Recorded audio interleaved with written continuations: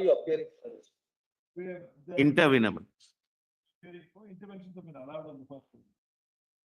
So, We are giving advice to the President of India. I think we No, should- not we. Court, the court is giving. Yes, yes. No. The 143 empowers only the court to give advice Then, to the president, Then, without your assistance, we cannot give our. assisting the court. My lord. We are not advising the government. Yes. Well, may I just put this down because we can't see your lordship, Mullahs. We'll put it back, Mullahs, at the end. Even Look. the learned, the solicitor.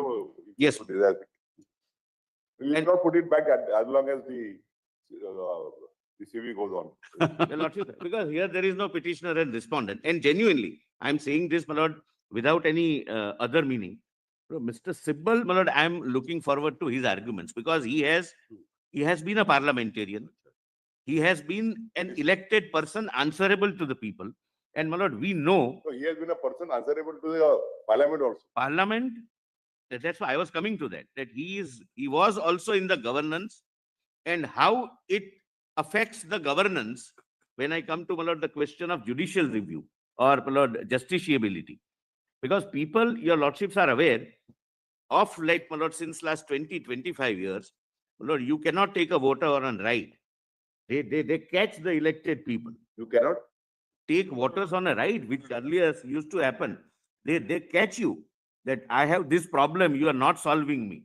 And that is why, my lord, I always say that irrespective of the color of the political party, an elected person cannot be denounced that he is just an elected person. And But who says that? I will show. I'll show who said that, my lord. I'll not going into, your lordships have not said. Your lordships have not said, my lord, but I'm going to show that, but they are answering. I have always said that. My lords have always said, I have Separation of power and this bench I'm not referring to, my lord, when we say, I have so many times deprecated I have said that the judicial activism has to remain, but it should not turn into judicial terrorism or judicial adventurism. terrorism or judicial And adventurism, my lord, that's correct, my lords. And as rightly submitted by Mr. Shankar Nayan, we are to assist your lordships, my lord, and your lordships will give the opinion. My lord, so far as yesterday's argument, my lord, which I will not stretch it beyond it because I know your lordships have got, my lord, what is my interpretation Yes. of Article 200, but I have tried to, my lord, like kind of calibrate it, my lord, so that instead of, my lord, is better, my lord, explained by me the way I am reading it. And it's very easy chart, my lord. It would not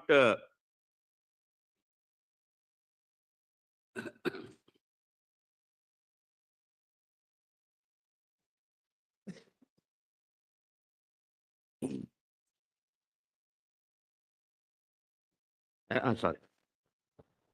My apologies. I thought I had given. Yes, Share it. I can share digital also. Share digital also.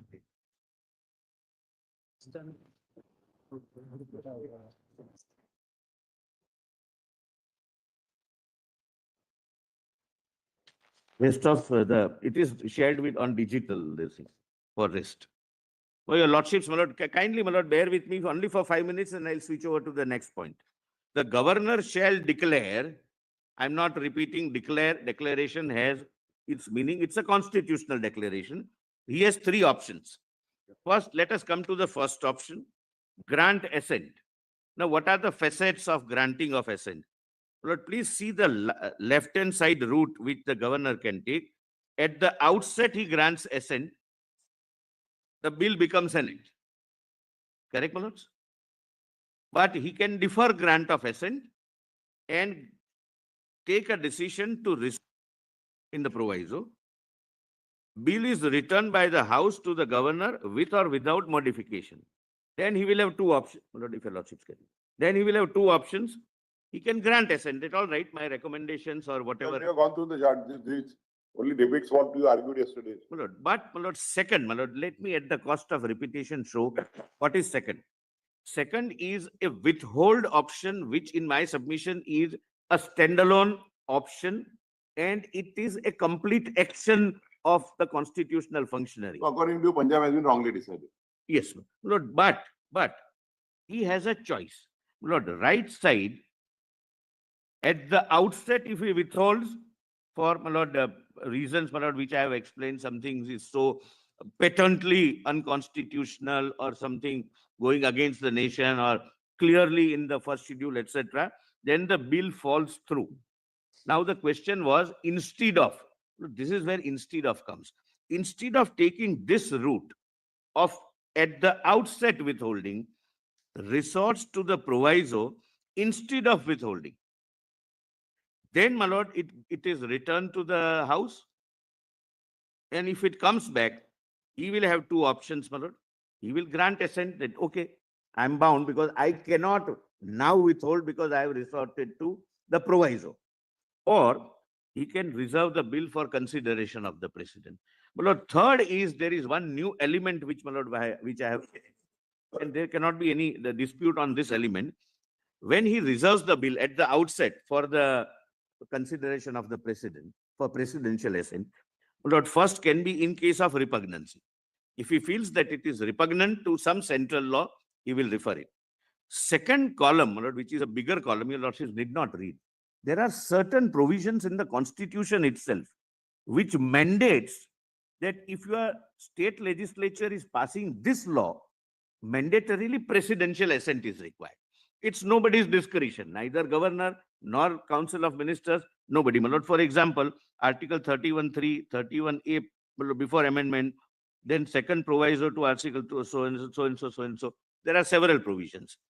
Or any other reason, my lord, which he feels that I want to reserve it for the president. Lord, this is what my lords also, my lord, were pleased to, my lord, indicate. This is just to, my lord, calibrate it, my lord, and put it in a comprehensive manner. But all four options are independent of each other. At least 1, 2, and 3 are independent, with an option to resort to option 4, not a mandate to resort to my lord, option 4 as decided in Punjab. So that is my case, my lord. Now, my lord, may kindly come to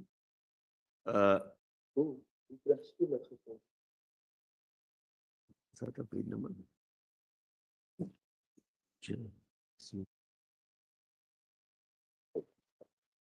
Second meeting, you can choose to resort to the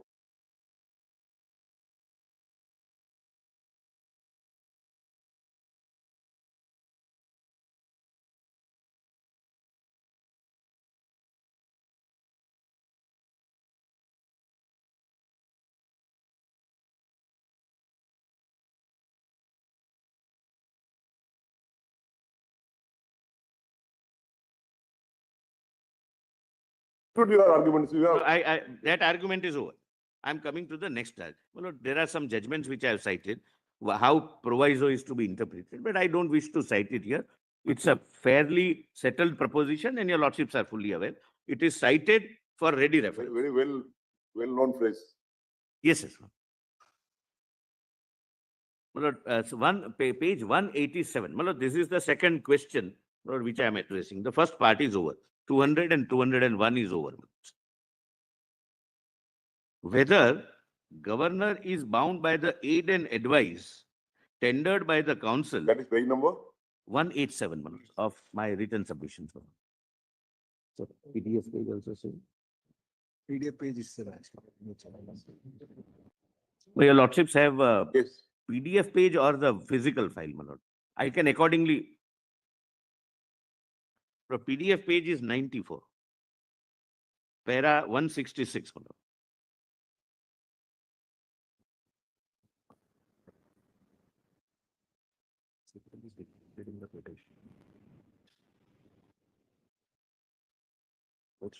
ji, sir. जब मैं आऊं तब याद करो। जब वहां पे पहुंचू तब याद करो। Lord, the question is whether the governor is bound by aid and advice of the Council of Ministers, my lord. Lord, 163, I have read, my lord. I'll read the first part, 163(1), so that, my lord, for just immediate reference, there shall be a council of ministers with the chief minister at the head to aid and advise the governor in exercise of his functions, except insofar as he is by or under this constitution required to exercise his discretion or any of them in his discretion. Correct, my lords? So functions can be discretional, based on discretion, or as per aid and advice. My lord, what is the demarcation? That is the question, my lord, before your lordships, my lord. My lord, here, minimum, my lord, I'll skip what is not relevant, but the minimum constituent assembly debate, my lord, which is relevant for your lordships to consider the question, my lord, is at page 187, bottom. My lord, Mr. Kamath objected this discretion, and it was answered by Mahavir Tyagi. Lord, please have a look at Mr. Kamath's objection. When you, sir, raised a very important issue the other day, Dr. Ambedkar clarified this clause by saying that the president is bound to accept the advice of his ministers in exercise of all his functions. But here, Article 143 vests certain discretionary powers in the governor. And to me, it seems that even as it was bad enough. But now, after having amended Article 131 regarding election of the governor and accepted nominated governors, it would be wrong in principle and contrary to tenets of principle of constitutional government, which you are going to build up in this country. It would be wrong, I say, to invest a governor with these additional powers, namely discretionary powers. I feel that no departure from the principle of constitutional government should be favored except for reasons of emergency, and these discretionary powers must be done away with. I hope this amendment of mine will commend itself to the House. Then, my lord, this argument is responded to by Sri Mahavir Tyagi, lord, which is here. I beg to differ from my honorable radical friends, Mr. Kamath and Professor Shibban Lal Saxena. And I think the more powers are given to provinces, the stiffer must be the guardianship and control of the central in the exercise of those powers. That, in my view, we have now given up the idea.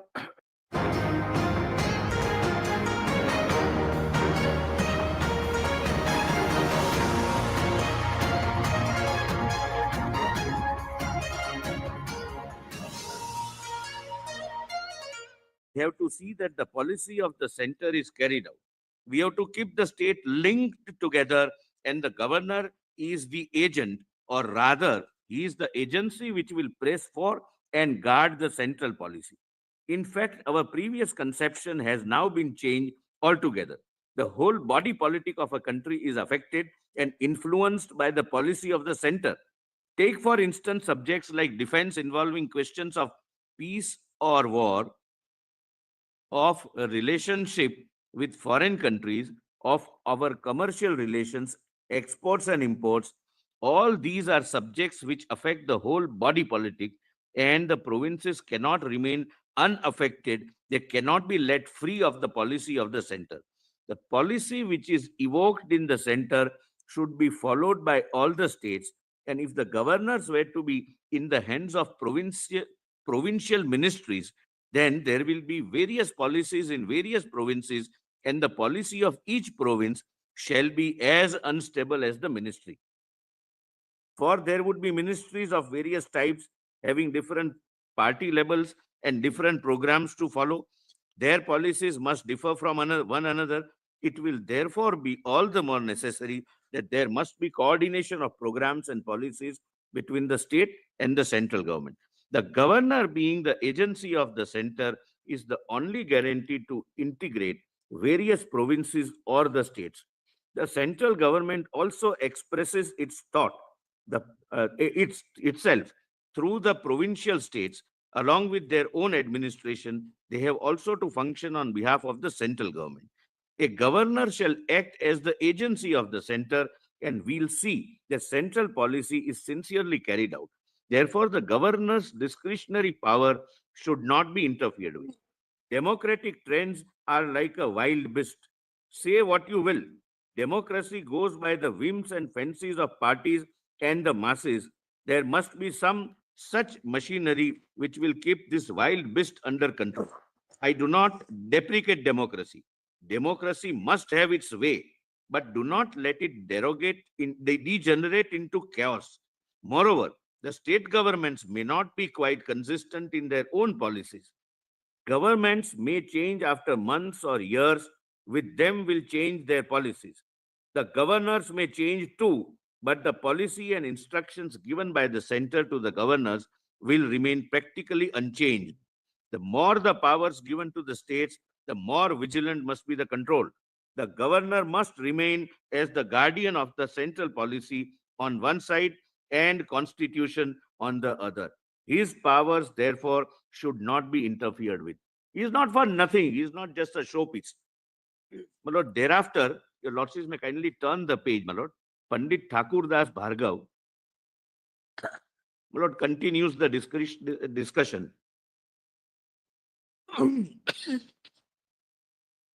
Sir, I beg to propose the amendment of oppose the amendment of Mr. Kamath.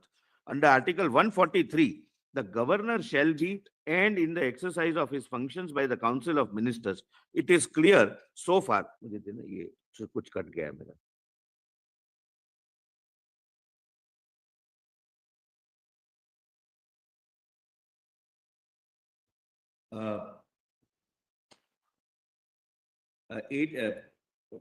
Article 143, governor shall be aided in the exercise of his functions by a council of ministers.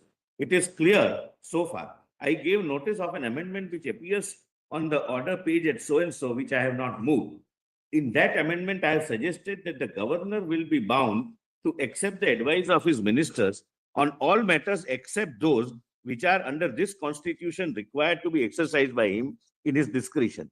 My submission is that it is wrong to say that governor shall be a dummy or an automation. As a matter of fact, according to me, the governor shall exercise very wide powers and very significant powers too. If we look at Article 144, it says the governor's ministers shall be appointed by him and shall hold office during his pleasure. So he has the power to appoint his ministers, but when the ministers are not in existence, who shall advise him in discharge of his functions? There can be a vacuum. One ministry goes, another has not been installed. In that context, whenever there is a president's rule, yes, yes, there are advisors to the governor. Correct. They're appointed by the center. But can we read further? In the vacuum also, normally if one CM resigns, or if he loses a majority till the new CM takes, he acts as a caretaker chief minister. No, sir. Kindly, my lord, have a look at this one. Suppose, my lord, the tenure has gone. The governor tenure doesn't go. The new election takes place. It is considered. And it is considered subsequently in judgments also. My lord, 7 judgment, my lord, considers this aspect. Then again, when the governor calls upon the leader of a party for the choice of ministers, after a previous ministry has been dissolved, in that case, there will be no ministry in existence, and who will be there to advise him? Therefore, he will be exercising his functions in his discretion.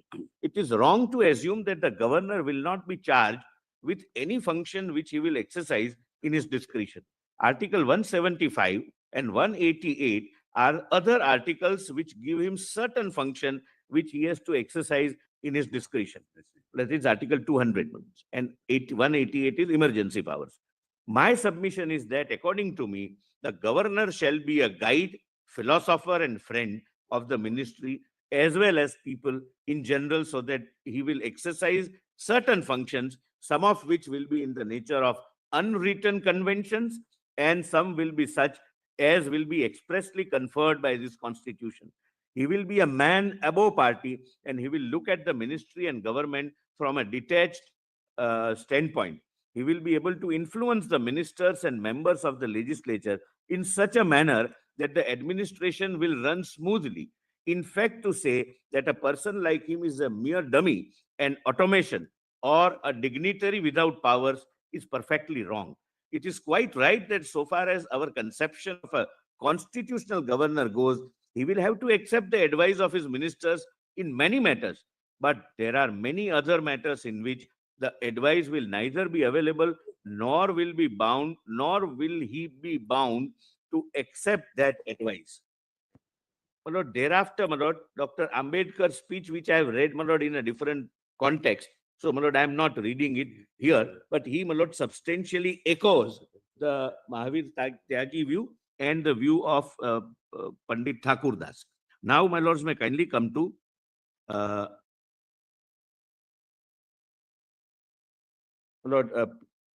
Lord, I have quoted Sirvai, my lord. If your lordship can come to, I will not read it. Page 192. My lord, what are the discretionary powers of the governor and the president? My lord, Sirvai has, my lord, H.M. Sirvai has elaborately dealt with, my lord. I may not read it. Your lordships may kindly read it. It would, my lord, really assist your lordships. Now, please come to, my lord, 194. Lord, these are the judgments on the question of discretion. Lord, please see 188 at the foot of page 194. It is, your lordship gets that. It is 194. What? 194. PDF is 101. Para 188. It is submitted that this honorable court has carved out an exception to the general rule of the aid and advice, which is not expressly stated in the Constitution, however, which is in consonance with the intent of framers of the Constitution of India and also with the scheme of functions and powers of governor provided therein. A reading of the judgments discussed below and other provisions of the Constitution of India would show that inter alia, the following are the exceptions to the general rule of aid and advice, where the Constitution expressly provides for the same. For example, Article so-and-so, so-and-so, so-and-so, where he will not be bound by the aid and advice and there cannot be any dispute. These are constitutional mandates. B, where the legislative intent emerging from the interpretation of any provision of the Constitution, like the powers under Article 200, 356, or the power to dismiss the government which has lost confidence but refuses to quit, as has been mentioned in the report of Justice M.M. Punchi Commission and have been concurred by a 5-judge bench of this honorable court in Nabam, Rabia. I'll read, my lord, very illuminating paragraph of Nabam, Rabia, where the constitutional courts specifically declare that certain functions ought to be exercised by the governors on his own. My lord, your lordships have developed this law, my lord, by judicial decision making. Power to summon or prorogue the House of Legislative Assembly under Article 174 when there are strong reasons and material to show that incumbent Chief Minister and his Council of Ministers seem to have lost the majority of the House. Then situations or matters where the bias is inherent in the aid and advice of Council of Ministers, like the case of grant of sanction for prosecution of Council of Ministers. 197 sanction or Section 17 PC Act goes before the governor, my lord, in case of chief minister, then obviously he would not be guided by the aid and advice, and MP judgment, my lord, I'll show that makes it very clear. Now your lordships may kindly see, my lord. This is, my lord, Lord, I'll skip that judgment. Please come to 197, Samsher Singh. Samsher Singh, my lord, is a 7-judge bench judgment. At the outset, I may point out that Samsher Singh's 7-judge bench judgment is taken note of in state of Punjab versus Union of India, but the relevant paragraphs appears to have missed. It doesn't take care of the relevant paragraphs. I can, my lord, make that statement, my lord. If it is challenged, my lord, we can show it from the, it's not there, my lord. I can't, my lord, in state of Punjab versus Union of India, the 3-judge bench, my lord, 22. Belonging isn't a destination. It's the moment when the noise fades and you feel most like yourself. It's in the way you move, unrushed, unshaken. I'm not chasing what's next, but who I'm becoming. This is where I belong. That's judgment, my lord. volume 5.29, judgment starts at page 11660, Punjab volume, volume 5.29. It starts at page 11660. Shamsher Singh is cited at para 16, para 16. 16, at page 11669. 1 minute. Not only 2 paragraphs are noticed.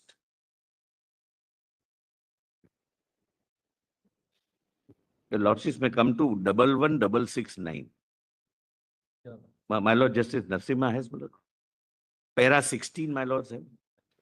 My Lord the Chief Justice. Does it start from 11660? It starts from 11660, but I'm at 11669, where Shamsher Singh is noted. These principles have been well established, your lordship gets, my lord, since the decision in Shamsher Singh versus State of Punjab, where this honorable court held, under the cabinet system of government as embodied in our constitution, the governor is the constitutional or formal head of the state, and he exercises all his powers and functions conferred on him by or under the constitution on the aid and advice of his council of ministers, save in spheres where the governor is required by or under the constitution to exercise his function in his discretion. It is a fundamental principle of English constitutional law that ministers must accept responsibility for every executive act. In England, the sovereign never acts on his own responsibility.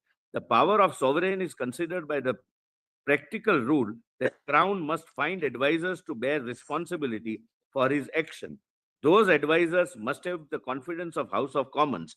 This rule of English constitutional law is incorporated in our constitution. The Indian constitution envisages a parliamentary and responsible form of government at the center and in the states, and not a presidential form of government. The powers of the governor as the constitutional head are not different. My lord, these paras are quoted. What, my lord, your lordships have, my lord Justice Suryakant has the right copy, my lord, I believe. It's supposed to be. I thought so, my lord.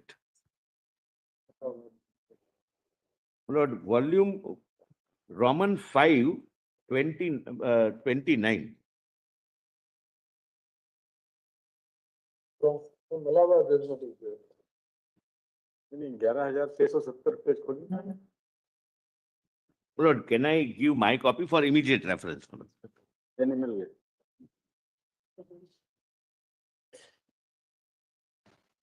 State of Punjab versus governor. No, like, yes, look. My lord, 11669, paragraph 16 paragraph 16. My lord, I'm grateful. My lord, where Shamsher Singh. Shamsher Singh is noted, para 28 and 32 are quoted, my lord, which I read. May I reread it, my lords? Or may I my lord, read them again? Yes. Yes. Under the cabinet system of government as embodied in our constitution, the governor is the constitutional or formal head of the state, and he exercises all his powers and functions conferred on him by or under the constitution on aid and advice of his council of ministers, save in spheres where governor is required by or under the constitution to exercise his function in his discretion. It is a fundamental principle of English constitutional law that ministers must accept responsibility for every executive act. In England, the sovereign never acts on his own responsibility. The power of the sovereign is considered by the practical rule that the crown must find advisors to bear responsibility for his action. Those advisors must have confidence of the House of Commons. This rule of English constitutional law is incorporated in our constitution. The Indian constitution envisages a parliamentary and responsible form of government at the center and in the states, and not a presidential form of government. The powers of the governor as the constitutional head are not different. These 2 paras are quoted. What is missed from Shamsher Singh is in my written submission at page 197.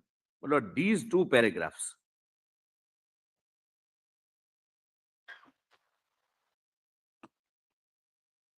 Your lordships are at page. Other than those two paragraphs, nothing else is referred of some shared thing. And this is what I'm now showing. 54 and 55 you want to. And it's a, Samsher Singh is separate. Statistics. My lord, please see para 54 and 56. The provisions of the Constitution, your lordship gets one.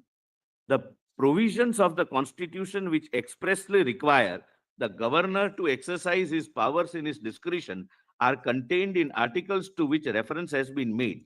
To illustrate, Article 239(2) states that where a governor is appointed an administrator of an adjoining union territory, he shall exercise his functions as such administrator independently of his council of ministers.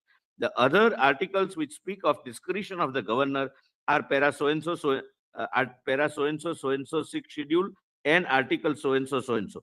The discretion conferred on the governor means that as the constitutional or formal head of the state, the power is vested in him. In this connection, reference may be made to Article 356, which states that the governor can send a report to the president that a situation has arisen in which the government of the state cannot be carried on in accordance with provisions of the Constitution. Again, Article 200 requires the governor to reserve for consideration any bill which, in his opinion, if it became law, would so derogate from the powers of the High Court as to endanger the position which the High Court is designed to fulfill under the Constitution. Now, 55. In making a report under Article 356, the governor will be justified in exercising his discretion, even against the aid and advice of the Council of Ministers. The reason is that the failure of constitutional machinery may be because of the conduct of the Council of Ministers. This discretionary power is given to the governor to enable him to report to the president, who, however, must act on the aid and advice of Council of Ministers of the center in all matters. In this context, Article 163(2) is explicable that the decision of the governor in his discretion shall be final and the validity shall not be called in question. The action taken by the president on such a report is a different matter. The president acts on aid and advice of Council of Ministers. In other matters where the governor acts in his discretion, he will act in harmony with his Council of Ministers. The Constitution does not aim at providing a parallel administration within the state by allowing the governor to go against the advice of Council of Ministers. Now, please see 56 is important. Similarly, Article 200 indicates another instance where the governor may act irrespective of any advice from the Council of Ministers. In such matters where the governor is to exercise his discretion, he must discharge his duties to the best of his judgment. The governor is required to pursue such course which are not detrimental to the state.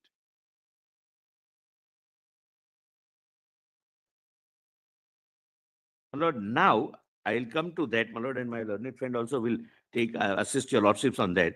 My lord, in the judgment of Tamil Nadu,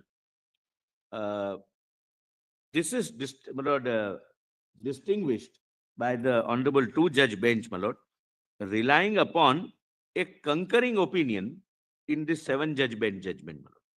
One paragraph of the concurring judgment, I'll come to that. Now, my lord, next judgment is MP Special Police Establishment Act. Again, my lord, 5 judges, and was not noticed by the state of Punjab judgment. Now, para 11, I'll skip, my lord, the first part. First part gives the facts. What were the facts of that case, my lord, which may not be relevant for the present, but I have put it, my lord, for ready reference. Para 11.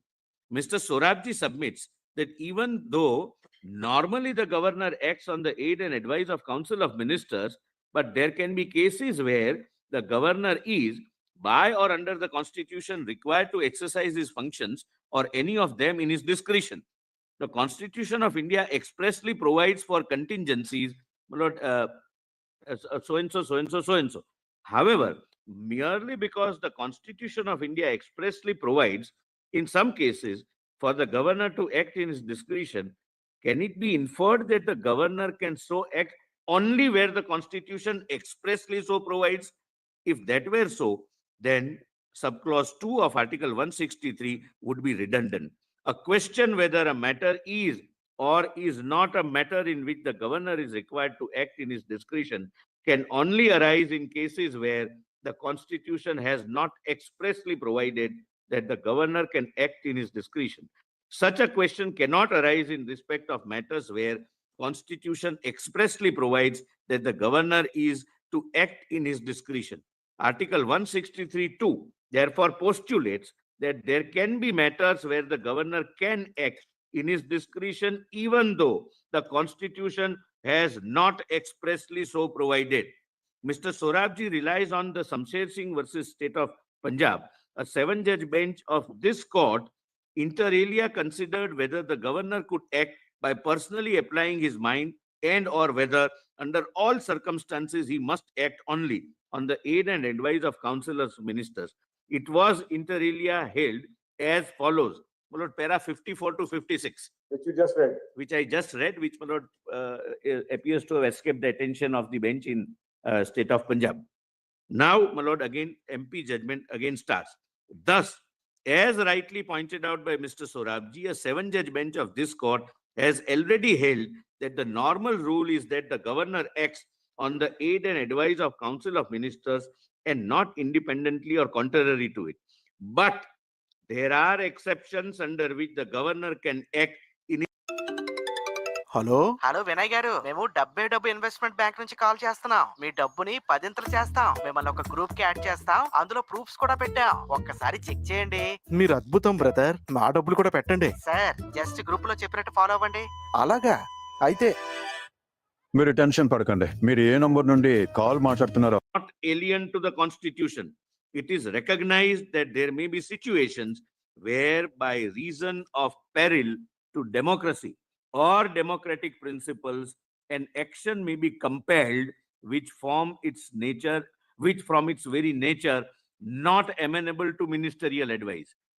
Such a situation may be where bias is inherent and or manifest in the advice of the Council of Ministers. My Lord, this judgment of MP, 5-judge bench, my Lord, is, my Lord, not considered, my Lord. It has escaped the attention. Now I come to, my Lord, most important judgment, Nabam Rabia, a relatively recent judgment, my Lord, Arunachal Pradesh, my Lord, issue. My Lord, I must say, this is again, my Lord, not, my Lord, it has escaped the attention of the bench in State of Punjab. It was placed for consideration in Tamil Nadu judgment, my Lord, but it quotes some paragraphs, Tamil Nadu judgment, but para which I am going to read, my Lord, again has missed the attention of the bench, my Lord.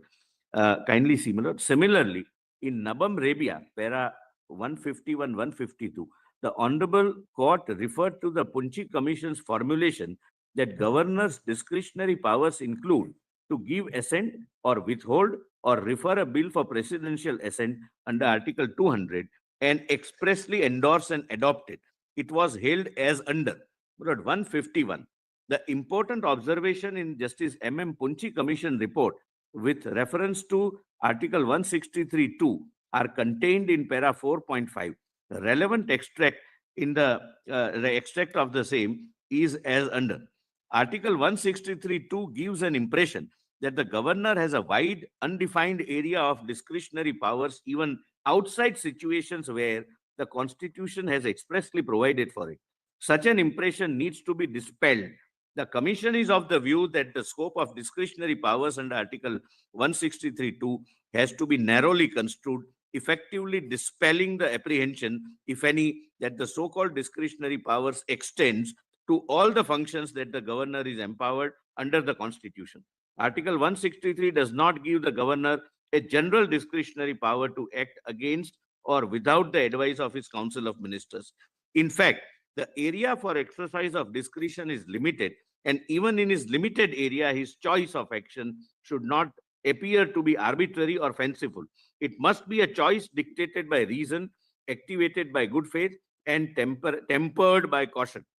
The governor's discretionary power are the following: to give assent, this is Punchi Commission, The governor's discretionary powers are the following: to give assent or withhold or refer a bill for presidential assent under Article 200, the appointment of chief minister under Article 164, dismissal of government which has lost confidence but refuses to quit since the so-and-so, so-and-so, so-and-so. Now, my lord, Nabam Rabia, 5-judge bench again, my lord, quotes with approval this observations and says, we are of the considered view that the inferences drawn in the judgment MC Punchi Commission report extracted herein above are in consonance with the scheme of the functions and powers assigned to the governor with reference to the executive and legislative functioning of the state, and more particularly with reference to the interpretation of Article 163. We endorse and adopt the same as a correct expression of constitutional interpretation with reference to the issue under consideration.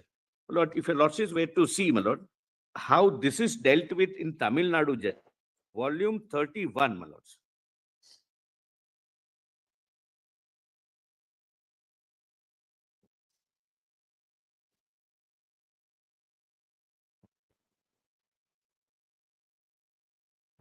This is 151, 152, delete.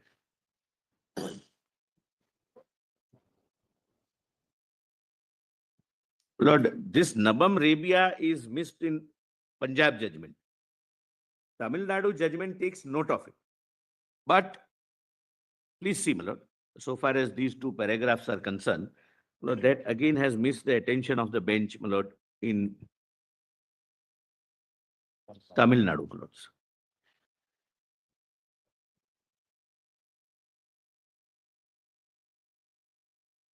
Which para? My lord, page 12432, para 301.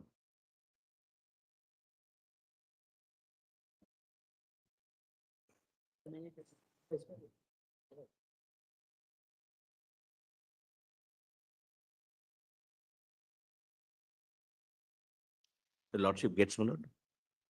11301.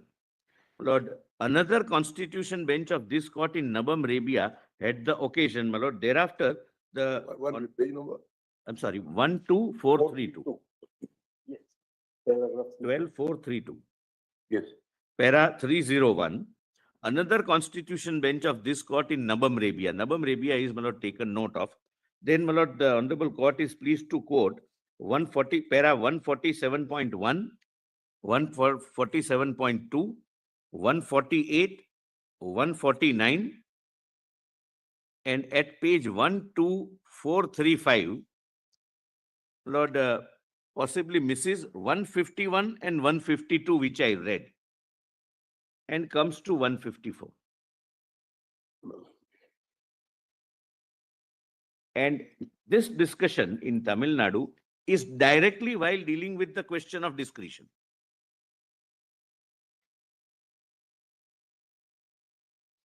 These two paragraphs, my lord, since, my lord, it escaped the attention of the two-judge bench, my lord, I am placing for your lordship's consideration. Now, my lord, I come to the next judgment, that is BK Pavitra. But this is two-judge bench judgment, which is declared. Just 1 minute. Come back to page 12432. The Tamil Nadu judgment refers to paragraphs 147, 148, 149, and then it jumps to paragraph 154. 151 and 152 are left out. That's what I submitted, my lord, with profound respect. That two paragraphs seems to have escaped the attention of the bench, my lord. Because from 149, it directly goes to 154. And in my submission, the real law is laid down in 151 and 152. And this is, my lord, while discussing discretion, the point which I am arguing, my lord, whether in all cases aid and advice is binding or there is a room for discretion.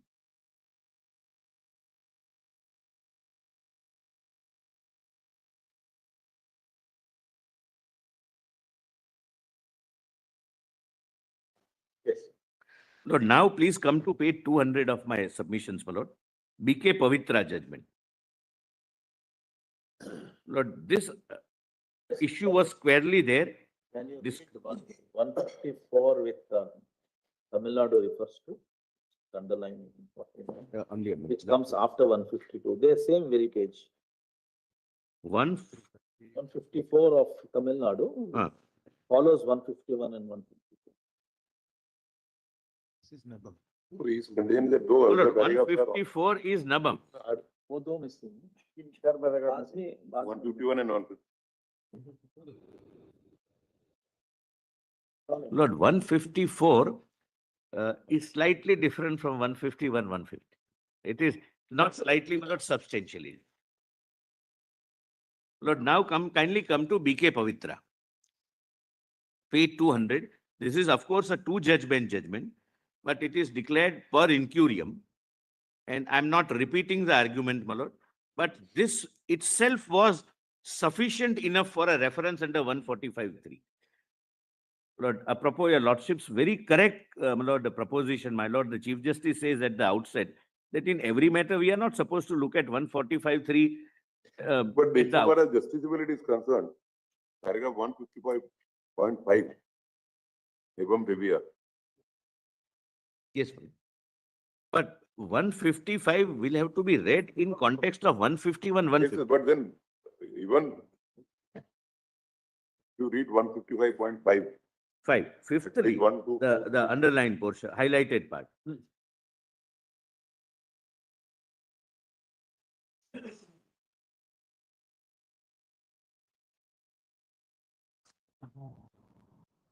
Fifthly, the submission advanced on behalf of the respondents that the exercise of discretion under Article 163(2) is final and beyond the scope of judicial review cannot be accepted. Firstly, because we have rejected the submission, but this is on judicial review, not on discretion. Rejected advance by the respondent that the scope and extent of discretion vested with the governor has to be ascertained from Article 163(2) on the basis whereof the submission was canvassed. And secondly, any discretion exercise beyond the governor's jurisdictional authority would certainly be subject to judicial review. It was on judicial review. And it is, if it is beyond, but not obviously, but if governor. According to you, under 200, he has an ample discretion. That's And what therefore- Nabam Rabia says, my lord. And my lord, that's my contention. He has ample discretion, my lord. Situations may differ. The instances which are given in all the judgments are illustrative, not exhaustive. But they say that it is wrong to say that in every matter, like precedent, he is bound in every matter by aid and advice of the Council of Ministers. Samshay Singh also, my lord, 7-judge bench says that there are discretionary areas, including Article 200. Specifically, Article 200, every constitution bench mentions. That was precisely, my lord, the question in Tamil Nadu. I'm not, my lord, deviating from this point, but, my lord, just to, my lord, kind of respectfully respond, my lords have very rightly said that in every case, it's not necessary that the court would examine 145.3. A bail petition comes, it would involve Article 21, but it won't become a constitutional interpretation question that it has to be referred to the larger bench.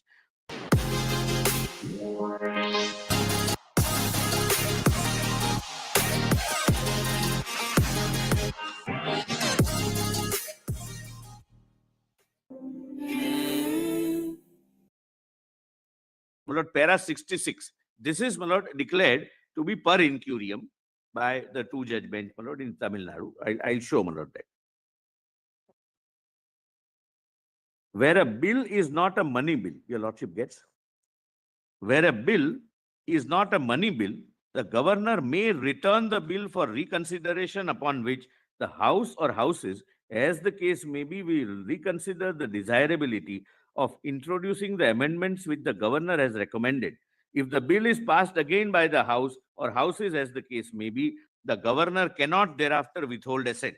The second proviso to Article 200 stipulates that the governor must not assent to the bill, but necessarily reserve it for the consideration of the president if the bill, upon being enacted, would derogate from the powers of the High Court in a manner that endangers its position under the Constitution, save and except for bills falling within the description contained in the second proviso, where the governor must reserve the bill for consideration of the president, a discretion is conferred upon the governor to follow one of the courses of action enunciated in substantive part of Article 200, aside from bills which are covered by the second proviso, where the governor is obliged to reserve the bill for consideration of the president. The substantive part of Article 200 does not indicate specifically the circumstances in which the governor may reserve a bill for consideration of the president. The Constitution has entrusted this discretion to the governor. The nature and scope of the discretionary power of the governor to act independent of or contrary to aid and advice of Council of Ministers under Article 163 was discussed in Nabam, Rabia versus so-and-so, where my lord 154 is quoted. No, I've read, I'll skip that. Then para 67 of BK Pavitra. The framers carefully eschewed defining the circumstances in which the governor may reserve a bill for a consideration of the president. They did not give instances, they left it open-ended. By its very nature, the conferment of power cannot be confined to specific categories. Exigencies may arise in the working of the Constitution which justify a recourse to the power of reserving a bill for the consideration of the president. They cannot be foreseen with the vision of a soothsayer.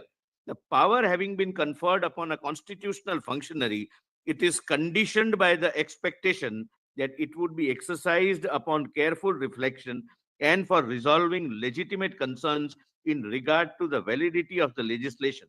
The entrustment of a constitutional discretion to the governor is premised on the trust that the exercise of authority would be governed by constitutional statesmanship.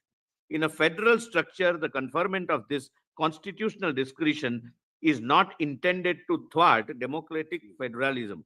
The state legislatures represent the popular will to those who elect their representatives. They are the collective embodiment of the will. The act of reserving a bill for assent of the president must be undertaken upon careful reflection, upon a doubt being entertained by the governor about the constitutional legitimacy of the bill which has been passed. Article 200 contains the source of the constitutional power which is conferred upon the governor to reserve a bill for consideration of the president. Article 254(2) is an illustration of the constitutional authority of the governor to My Lord Justice Suryakant has the same fact. Article 200 contains the source of the constitutional power which is conferred upon the governor to reserve a bill for consideration of the president. Article 254(2) is an illustration of the constitutional authority of the governor to reserve a law enacted by the state legislature for consideration of the president in a specified situation where it is repugnant to an existing law or to a parliamentary legislation on a matter falling in the concurrent list. Eventually, which is specified in Article 254(2), does not exhaust the ambit of the power entrusted to the governor under Article 200 to reserve a bill for consideration of the president. Apart from repugnancy in matters falling in the concurrent list between state and the parliamentary legislation, a governor may have sound constitutional reasons to reserve a bill for consideration of the president, apart from the repugnancy issue. Article 200 in its second proviso mandates that a bill which derogates from the powers of the High Court must be reserved for consideration of the president. Apart from bills which fall within the description set out in the second proviso, the governor may legitimately refer a bill for consideration of the president upon entertaining a legitimate doubt about the validity of the laws. By its very nature, it would not be possible for this court to reflect upon the situations in which the power under Article 200 can be exercised. This was noticed in the judgment of this court in Hext, so and so. Lord, I'm sorry, I'm always confused with this pronunciation. excluding it from judicial scrutiny, the court withheld. My lord, I have read this, my lord, when I read Hates, my lord, so I'll not. Hmm? Yes, my lord. But I'm not reading it, my lords.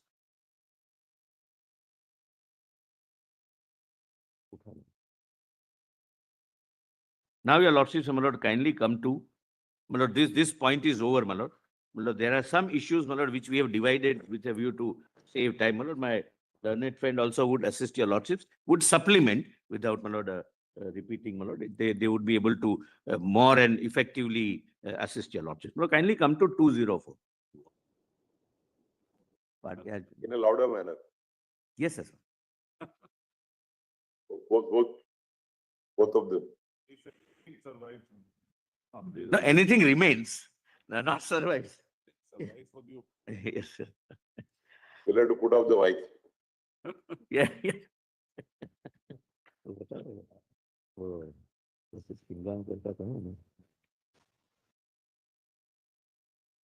There was an interesting incident. I'll not share it here. My Lord Justice Narasimha, me and my colleague, my Lord, we went to Pune for arguing one matter, my Lord. Before NGT Pune, my Lord. But I'll some other day, not in the matter. Lord, question number, page 204. Why are you unnecessarily telling about anxiety? No. You should not have mentioned. Either you should have not mentioned. Now you have Or mentioned. if you have mentioned, you mention it fully. Yes. Unless it is not embarrassing to my learned brother. No. It's not, my Lord, embarrassing to reason. So what happened in NGT Pune? Lord, I'll just say with his permission. Not let you proceed without. No, I'll say that. You with can't his- stop halfway. Lord, I'll say that with permission of my learned friend and with an apology, but it's not intended to insult. Lord, NGT Pune is a small courtroom. It's like a little slightly bigger bedroom. It's in a government building. My learned friend, all of us were on the same side. He was arguing, Lord, in his own way. Justice Kingaonkar. In his own volume. Yes. Justice Kingaonkar was presiding over the bench. Yes. So at some stage, he did like this. So my learned friend understood that the honorable judge is unable to cope up with my speed. So he continued the same volume. But reduced the speed. Then I requested my learned friend that the trouble is with the volume, not the speed. And the judge complimented me by saying that, thank you, you prevented Punjab Mail. Sorry, but he's like my brother, my Lord. I can take this liberty.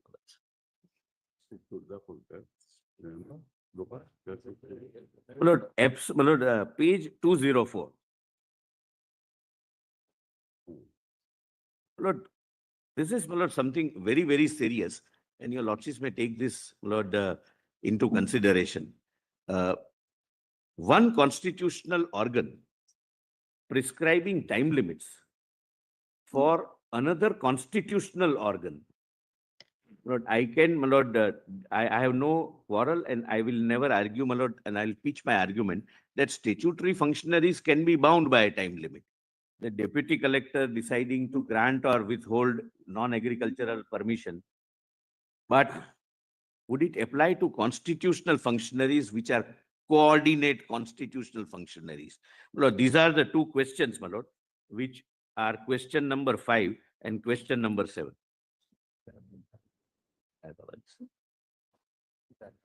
My Lord, I have incorporated, my Lord, the debate which I have already read. In one line, I may just refresh your lordship's memory. Wherever time limit was stipulated at the time of drafting of the constitution, the time limit was deleted. And in that very provision, wherever time limit was required, time limit is added. So constitutional framers are very conscious of the fact that some functions need a time-bound exercise of power and some functions needs a kind of leeway, and we may not bind the constitutional functionaries with the power. My Lord, please come to page 208, and I'm not going to read this. only for your lordship's assistance at page 209, my lord, I have compiled the constitutional provisions where constitution itself stipulates the time limit. I'm not reading it. My lord, this, just my lord, with a view to see that your lordships gets it, my lord, at one place, my lord, 209, Article 22, Article 62, etc., my lord, the list goes on till at page 224. Wherever the Constitution has thought it appropriate for the object which that particular provision seeks to achieve, the Constitution provides for a time limit. Wherever the Constitution has, framers have considered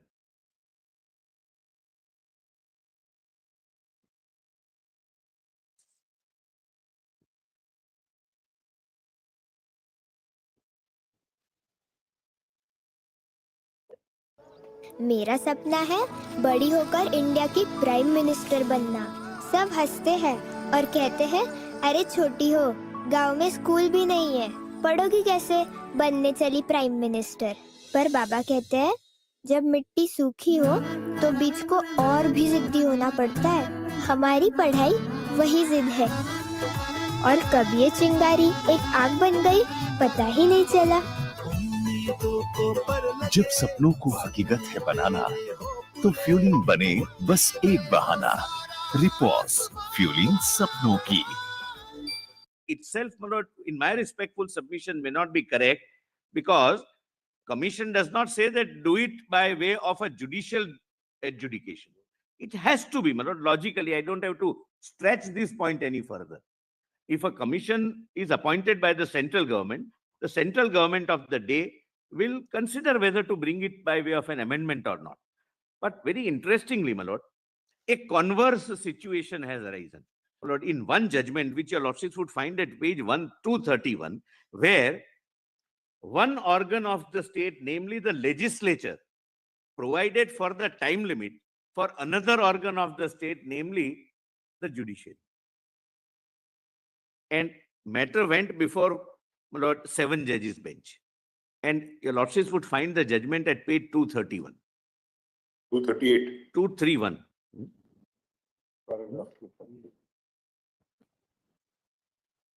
Lord, I'm sorry, my lord. One fact, my lord, I missed.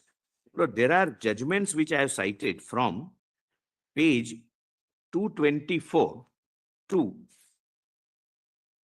231 that even in statutes, court cannot add words, supplement words, or delete words.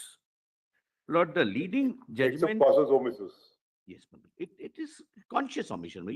And even if the court were to do it, court can suggest that we recommend or we suggest that the competent legislature may exercise its amending power, either constitutional provision or so.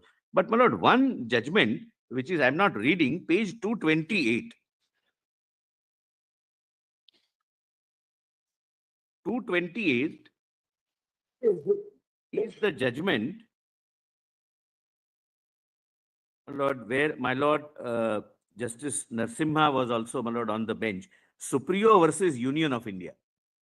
Lord, this is a 5-judge bench, but I found, my lord, that it is not reportable. It has not been reported anywhere, my lords. So this was that right of LGBT community, my lord, seeking, where, my lord, the court said that we cannot read words into the statute.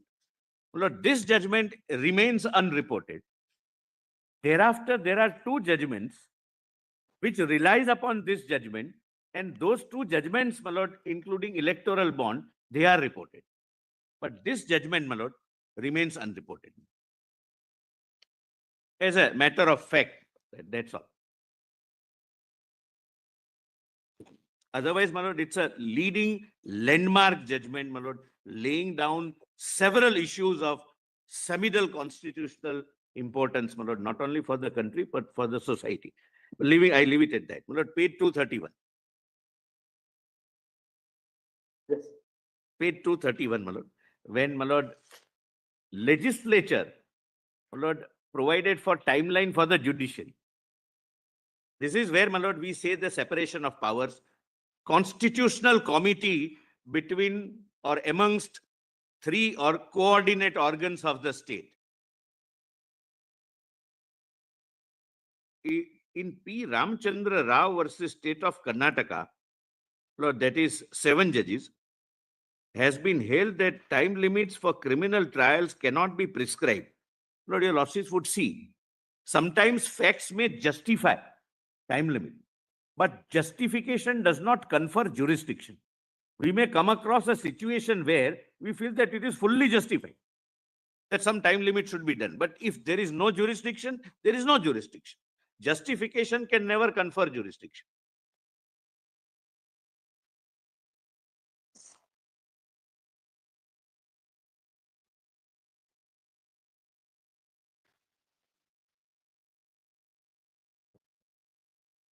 Well, let's see, kindly see, my lord, what the 7-judge bench is pleased to observe when one organ fixes time limit for the other. My lord, incidentally here, it's a converse.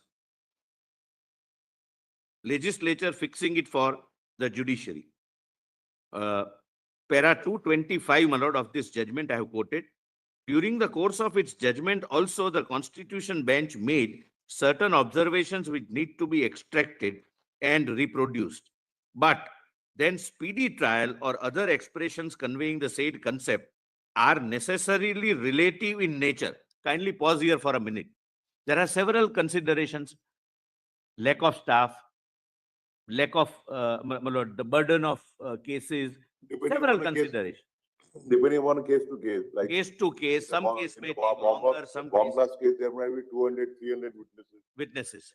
Lord, that is the justification. Lord, why I am pausing here? Lord, in case of decisions of the nature which governor or the president takes, they are polycentric decisions. They are not ticking the boxes that yes, complied with. There are they may decide, they may choose to call the governor, choose to call the chief minister.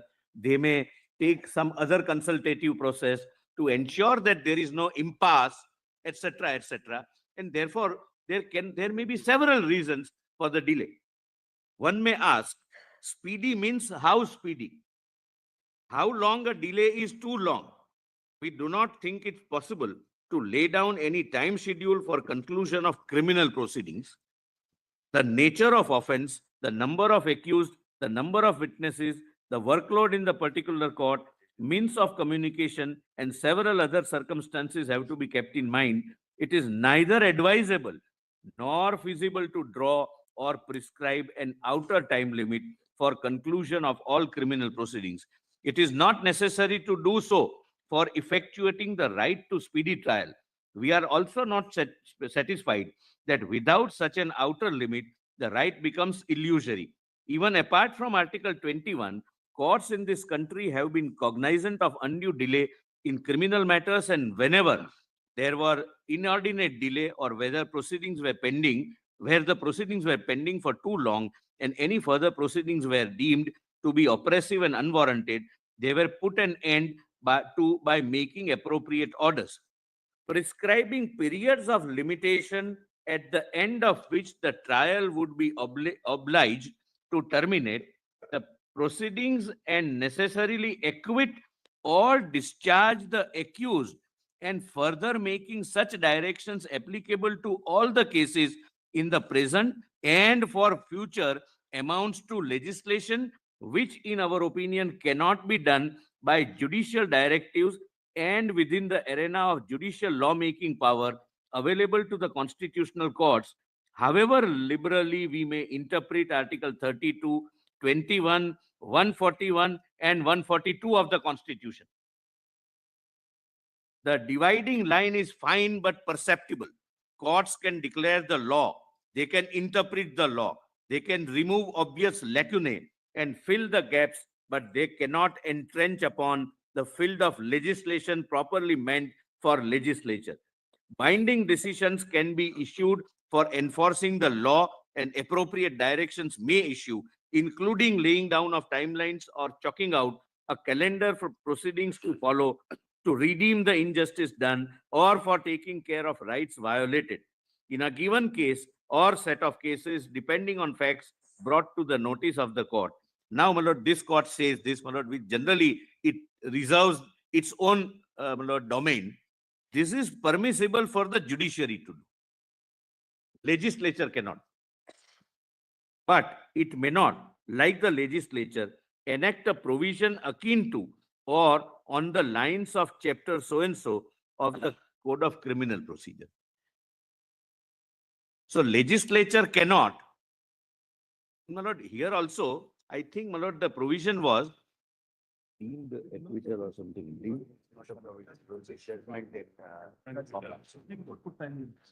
My lord, it was judgment of the Supreme Court which put time limits. Right. On completion of the trials and the Many benches.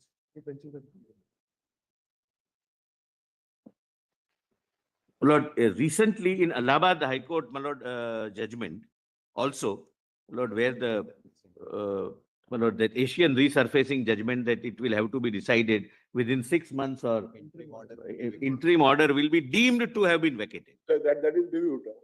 Yes. That is recalled. That recalled by a 5-judge bench. 5-judge bench.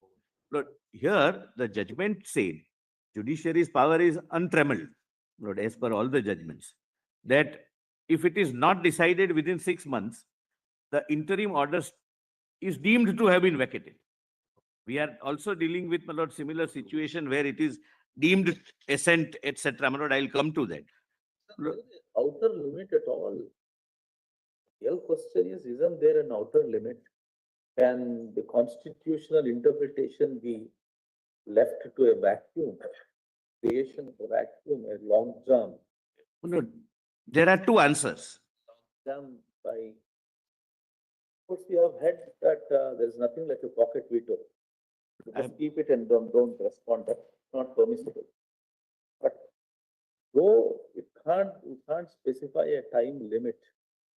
But at the same time, there must be some way in which the process works out.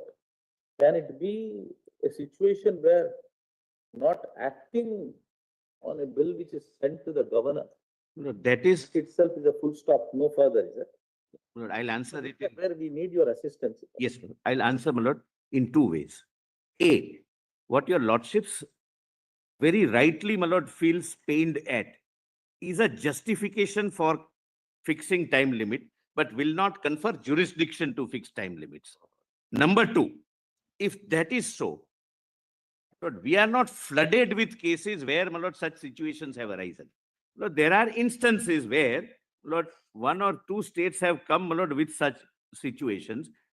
If that is the problem, and that may be the problem, the remedy lies with the constitutional framers, my lord, with the hello नमस्कार आमदार साहेब, मी पैसे वाढवा investment bank मधून बोलतोय. आम्ही तुमचे पैसे 10 पटीने वाढवू शकतो. आम्ही तुम्हाला ग्रुप मध्ये ऍड केलंय आणि प्रूफ पण पाठवलंय. चेक करा. होय, खूपच कमाल आहे. माझेही पैसे वाढवा. सर, ग्रुप मध्ये जे सांगता ना ते करत जा तुम्ही. अच्छा, हा असं आहे तर मग. काळजी करू नका. ज्या नंबरवरून तुम्ही फोन केलाय ना, त्या नंबरला ट्रेस करतील पोलीस 2 मिनिटात आणि पकडून तुम्हाला आत करतील. अरे सर, हे काय केलं? तुमच्यासारख्या सुशिक्षित माणसाला ही लोक एका अनोळखी बनावट इन्व्हेस्टमेंट ग्रुपचा मेंबर बनवून तुम्हाला फसवतात. आम्हाला फसवतात? हो, तुम्ही पण कोणताही अनोळखी इन्व्हेस्टमेंट ग्रुप जॉईन बिलकुल करू नका. आणि तुम्हाला स्टॉक मार्केटमध्ये इन्व्हेस्ट करायचं असेल तर फक्त सेबी अप्रूव्ड ऍप्स द्वारे. सायबर क्रिमिनल्स वापरून तुमच्या पैशांची हाव आणि घालतात तुमच्यावरच घाव. ही घटना घडल्यास त्वरित कॉल करा 1930 किंवा तुमची कंप्लेंट जी स्क्रीनवर वेबसाईट आहे www.cybercrime.gov.in वर तुम्ही नोंदवू शकता. बादल, बिजली, बरखा या फिर वो कोई मंदी का चौका, इन्हें किसी ने भी नहीं रोका. ये है सिपाही. ये go that this is the bill which is pending. Please talk to the governor. Let him take decision one way or the other. Telephonically, they are sorted out. There is a joint meeting with Prime Minister, Chief Minister, and the governor, or the President, Chief Minister, and the governor, and such impasse is not solved. So that would not confer jurisdiction to lay down a guideline by a judgment. That is the question. That in absence of a constitutionally provided guideline, time limit, can it be read even if there is a justification? And my lord, genuinely, my lord, I'm urging your lordships to consider such issues are arising in every state since last many decades. I'm not talking of this government or that government, but the statesmanship, the political maturity, the political statesmanship, they are at play. They meet the constitutional functionaries at the center. They discuss, debate, because all bills are not contentious bills. They are kept, my lord, for one reason or the other. There is some impasse, some lack of communication. Some clarification might be required, which might be wanting. Then, my lord, they come together and a political solution is found that, all right, if you don't want to do it, refer it to the president will examine. Lord, these are the solutions of the problem. Lord, I'm therefore, my lord, at the cost of making a little unpleasant argument, my lord, saying that every problem in this country may not have solutions, my lord, here. There are problems, my lord, in the country where you must find solutions within the system. This is what your lordships have said in this judgment, that there is a question of delay. Article 21 is affected. People are languishing in jail. But solution will have to be found from within the system. And your lordships are doing a lot from within the system for streamlining, for ensuring that timely trials take place with assistance of the legislature. Now we have, my lord, the legislative provisions that even summons can be served through electronic mode. Even a WhatsApp message is a good service of summons. How responsibilities are fixed for the officers to bring in witnesses, etc. But this is a collaborative exercise. Lord, suppose, my lord, there is a bill passed by the parliament. Kindly, my lord,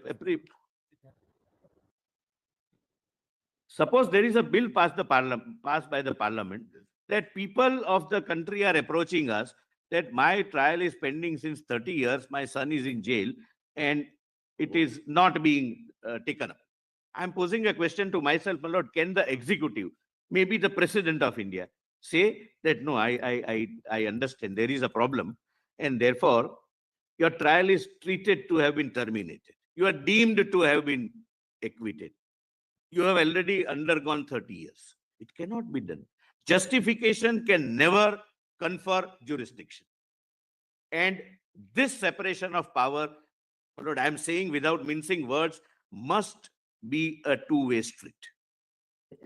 Lord, I'll just show your lordships, Lord, Allahabad judgment, where there was again a judicial verdict, where within 6 weeks, if it is not done, 6 months, then it is vacated.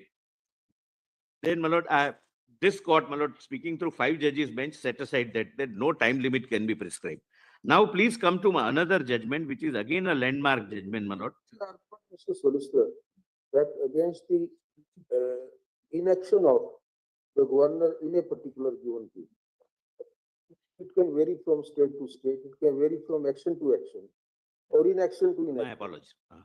In a particular case of inaction, if the aggrieved state or its functionaries, if they approach the court, the power of judicial review according to you is completely barred. Right now, I am on the point, I'm not on justiciability or judicial review. I am on the point that by a judgment, the court cannot fix time limit. That you do it within 3 months. All right, you will expand this argument and then we'll also enlighten then what kind of the remedy is available to remedy the the person. courts would. Therefore, my lord, I answered. If there is a wrong, then there has to be a remedy. Ubi remedium, my lord, I understand. But there are, my lord, problems which all problems in the country may not be this forum to be the only solution. Okay. There are solutions, my lord, within the system, and people are finding out those solutions. As the custodians of the Constitution, this court is a custodian of the Constitution. My lord, each organ is, my lord. Each organ is in their own respective fields, my lord. Suppose if a constitutional functionary, which is entrusted with certain function, refuses to discharge those functions without any valid reasons, whether the hands of the constitutional court would be tied and say that, no, we are powerless. It's not, my lord, an Power of argument of, interpretation only the Supreme Court has of the My lord, Constitution. my lord, that is the feeling, my lord, that all problems. Interpretation of the Constitution. Interpretation, yes. Yes, yes, yes. Court has. Interpretation, yes, my lord, but not legislation. No, Now not there is a problem, you do it in 3 months. Kindly see, my lord, the way, my lord, it, For that, cannot we go to the constitutional debates? Find out what was the intention of the Constituent Assembly behind enacting such provisions. Can't we do that? no, no, your lordships can consider, my lord, whichever way, my lord. My argument is this, my lord, that time limit cannot be stipulated. If the power of interpretation of the Constitution, if the power of interpretation of the Constitution rests in the Supreme Court, then rules of interpretation of law are to be tried by the court. My lord, then, my lord, my answer is one answer.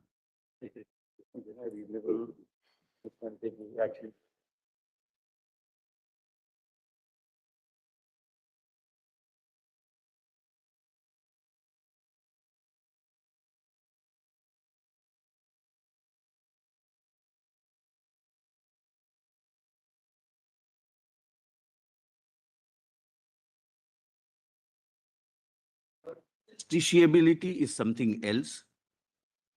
Adding words or amending the constitution itself, your lordships have said even statute cannot be amended by judgment, is something else. Generally, and this is my answer, my lord. We have to go on the first principle, literal interpretation. Basically, my lord, what a tap on the back jurisdiction, my lord, as we understand. You can always say that just look into it. You can call the law officer, just look into it and see that it is done, and it is generally done, my lord. But please see, my lord, the directions. My lord, I would respectfully urge your lordships to see that. We agree.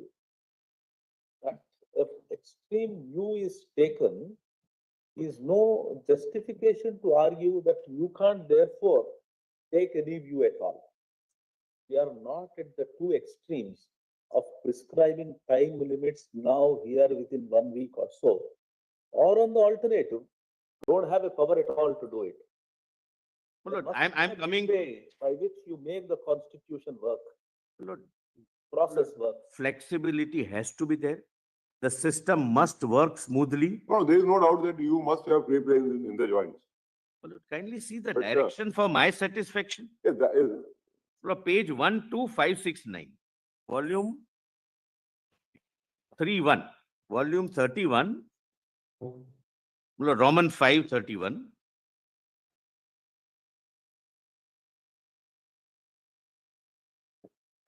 they begin at 12569.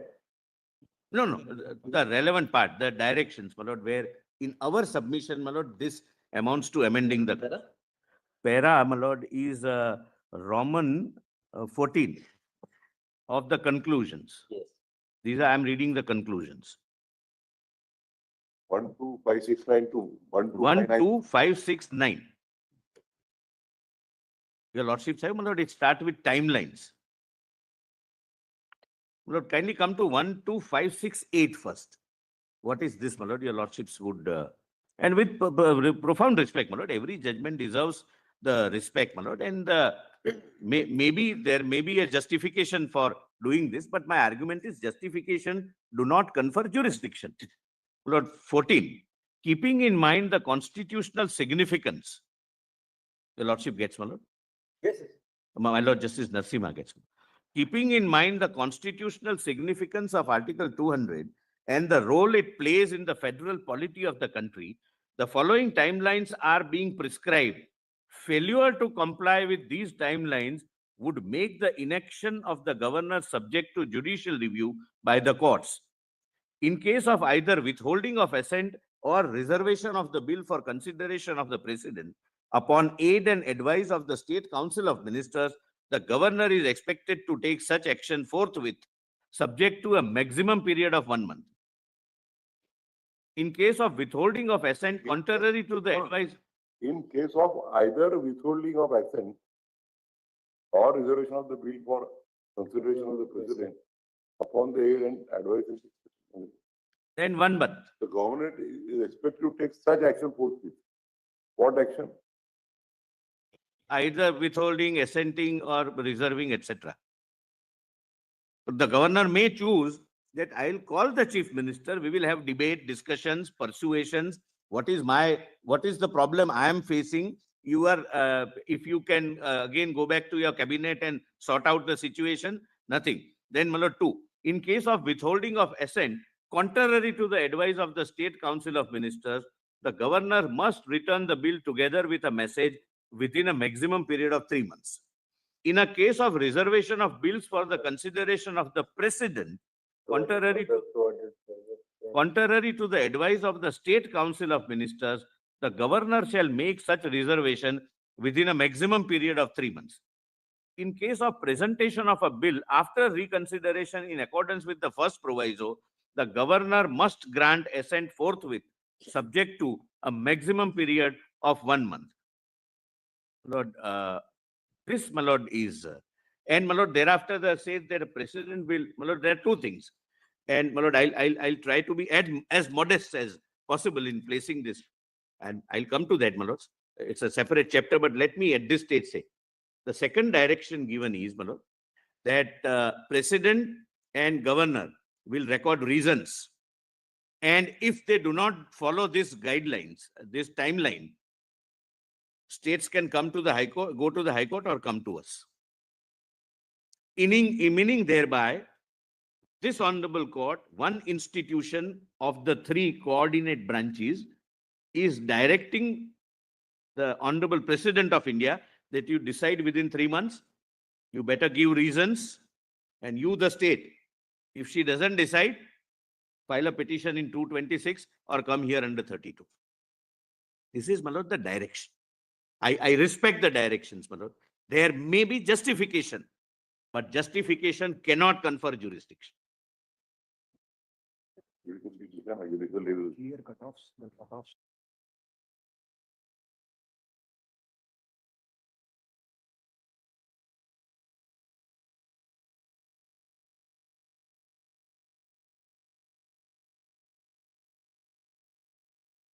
Yes.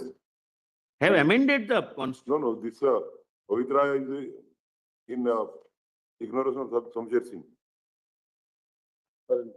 No, Tamil Nadu judgment. According to Tamil Nadu judgment, Pavitra, which says that It's per incurium. per incurium Samsher Singh. No, yes, which it is not. Lord, I'll show that paragraph.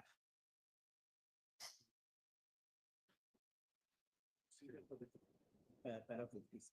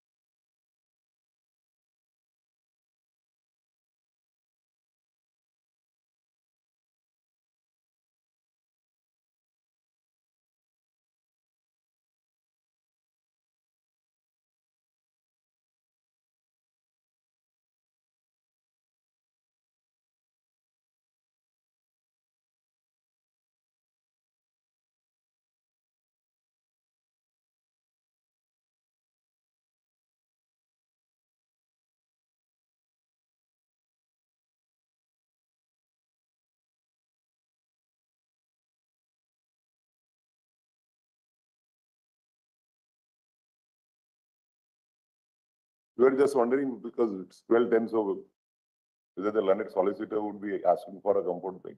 No. Yes. I am generally comfortable till 1 o'clock.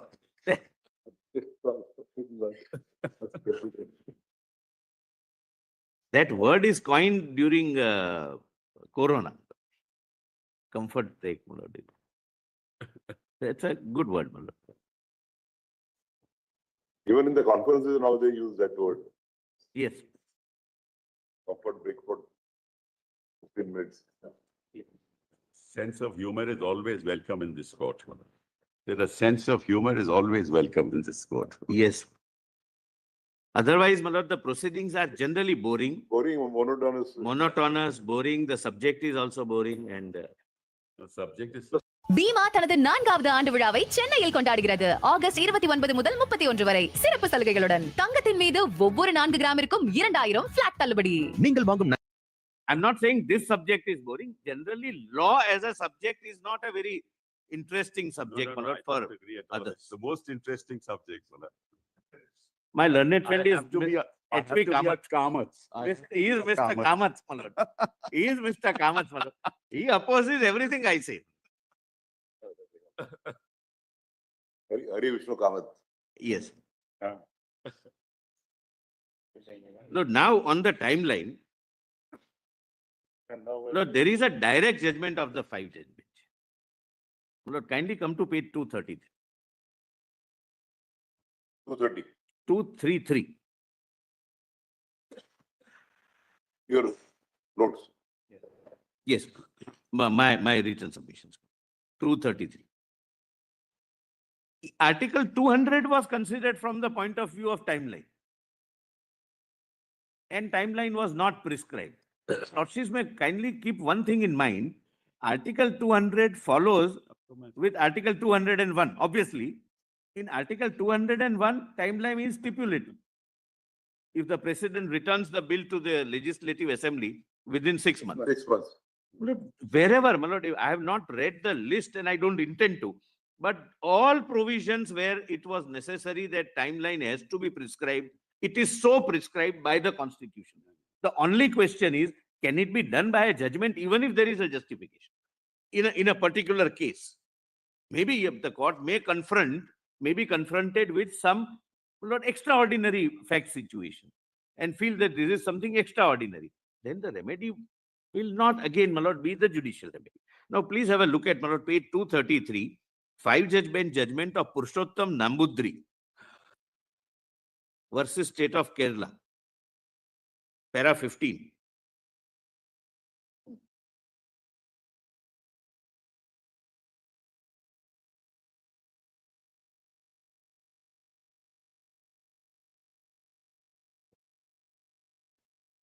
So this was a case where a bill would lapse because of non-prescription of the time limit, because one assembly may pass a bill, present it to the governor, and thereafter, my lord, the assembly's tenure is over. Or assembly resigns, new assembly is formed, etc. My lord, kindly see para 15. Your lordships have para 15. It is clear that if a bill pending the assent of the governor or the president is held to lapse on dissolution of the assembly, it is not unlikely that a fair number of bills which may have been passed by the assembly, say during the last 6 months of its existence, may be exposed to the risk of lapse consequent on the dissolution of the assembly, unless assent is either withheld or granted before the date of the dissolution. If we look at the relevant provisions of Article 200 and 201 from this point of view, it would be significant that neither article provides for a time limit within which the governor or the president should come to a decision on the bill referred to him for his assent. Where it appeared necessary and expedient to prescribe a time limit, the Constitution has made appropriate provisions in that behalf. Vide article so-and-so, so-and-so, so-and-so. My lord, the court cites only 3 examples, but in my list, I have given at least 30 examples. More than 2 dozen, yes. Where time is prescribed wherever it is so felt necessary. In fact, the proviso to Article 201 requires that the House to which the bill is remitted with a message from the President shall reconsider it accordingly within a period of 6 months from the date of receipt of such message.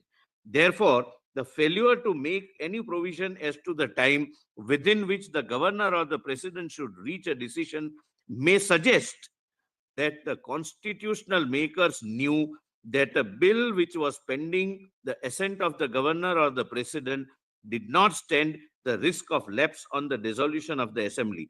That is why no time limit was prescribed by Article 200 and 201. But kindly as you visualize a situation where the outgoing assembly passes a bill, places before the governor. The new government is formed, maybe of a different political party. The new council of ministers can give advice to the governor to withhold that bill, that it was passed by the earlier assembly. Now the new assembly is formed. We would like to have a debate on that. The outgoing cabinet also may say that now our tenure is over. You grant assent to the bill. Now, in view of the judgment, you have to do it within 1 month. The governor may choose that now this is outgoing ministry. Let me wait till the fresh election takes place. Maybe the fresh mandate of the electorate returns somebody else, and they will apply their mind. Outgoing people who have lost their time of electoral mandate may not impose their decision on the incoming. So, my lord, these are all polycentric circumstances which governor, my lord, as constitutional framers, my lord, envisage as a friend, philosopher, guide, as a person who is there as a central representative to ensure that everything functions smoothly. There are several considerations which weigh. Question in Purushottam Nambudiri, was it considering an issue of lapse of a bill? It was a lapsing. Was it considering delays? Lapse. Lapse of bill on the event of dissolution of the It won't assembly. lapse. Therefore, they have answered the question that it won't lapse. No, they have answered the question. Correlative, but you are saying, My lord, fight. considering that it won't lapse, one should assume. But then that- these observations on a two bench. The five-judge bench observation, my lord, that The two judges ought to have considered this. Lord, Was it cited before that? wherever, my lord, it not just not only confines to the lapsing or not lapsing. It says that time limit cannot be prescribed for wherever it is necessary, it is so prescribed, and give examples. And whenever it is not prescribed, it is consciously not prescribed. Therefore, we cannot do it. Was it cited before the learned? Yes, my lord, and it is dealt with at page para 235. I'll just, my lord, show that. Doesn't apply at all. 35 of you or the, It says, my lord, that it was in the context of lapsing. Page number? Para Para 235 of the 235, judgment. 12379.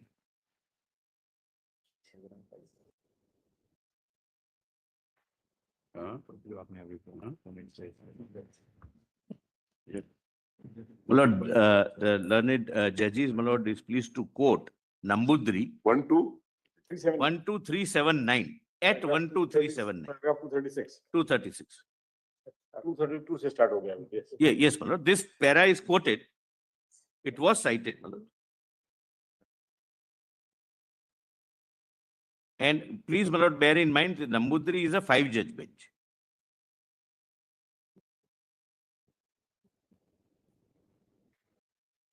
It's not. Yes, sir.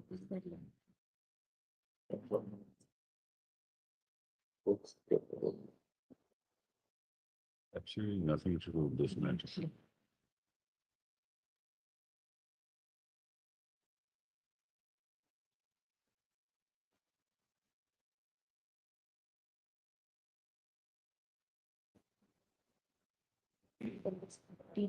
No, para 236 may I read, my lords.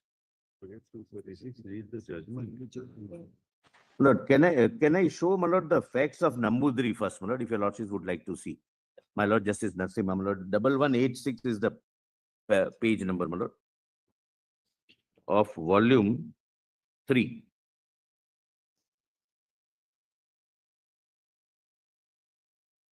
volume 5.3. 5.3 at page 1186.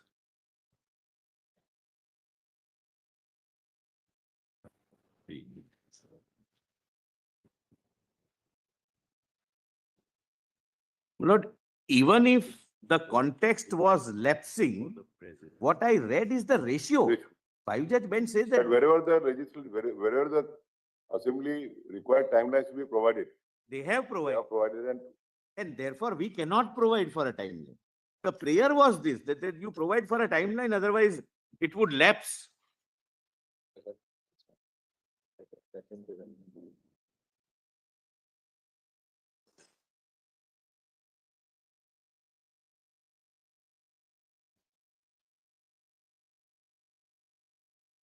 Was pending before the president, and if this assembly would resolve. Yeah, they say wherever it is.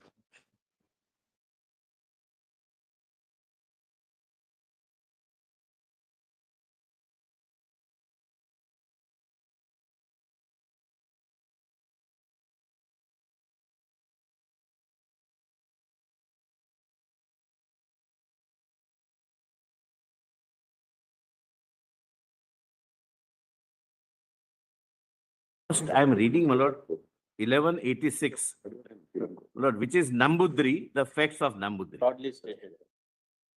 356 order in this. Lord, Yes. my lord, the Chief Justice says 1186, just above 1186, my lord, para 2. Starts from 1185, yes. The Kerala Agrarian Relations Bill. Your Lordship gets, my lord? Yes. The Kerala Agrarian Relations Bill, which has ultimately become the Act, was published in the Government Gazette of Kerala on December 18, 1957, and was introduced in Kerala Legislative Assembly on December 21, 1957, by the communist government, which was then placed in Kerala. And as a result, a coalition government came into power.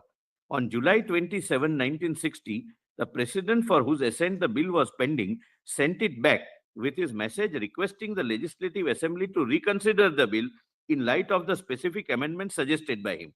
On August 2, 1960, the governor returned the bill remitted by the president with his message and the amendment suggested by him to the new assembly for consideration.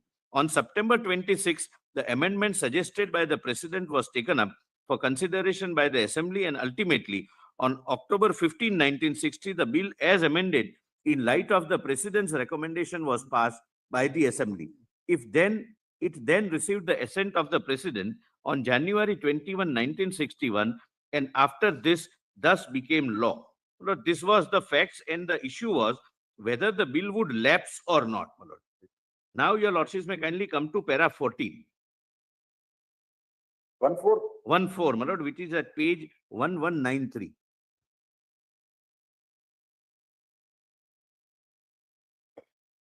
Your lordship gets, my lord.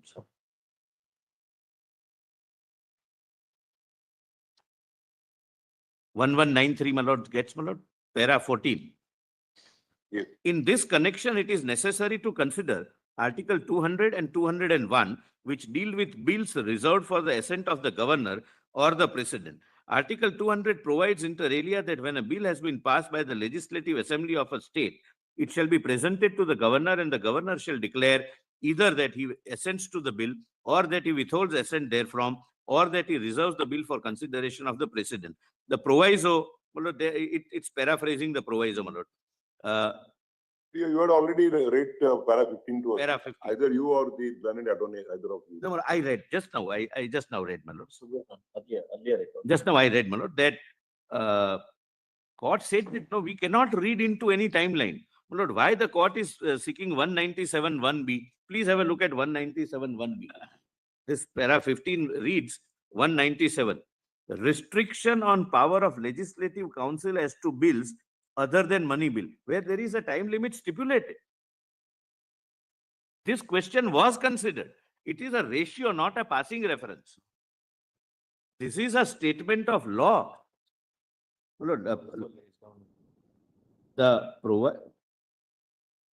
It's again paraphrasing.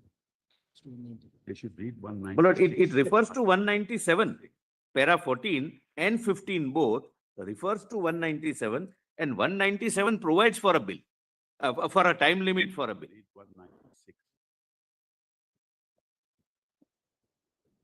So under 197, there are specific timelines. Yes. And 200 does not have. So virtually the prayer was that you read some timeline in 200. And the argument was that the bill had lapsed. Yes. That was rejected. Yes. Article 196, sub-article 5.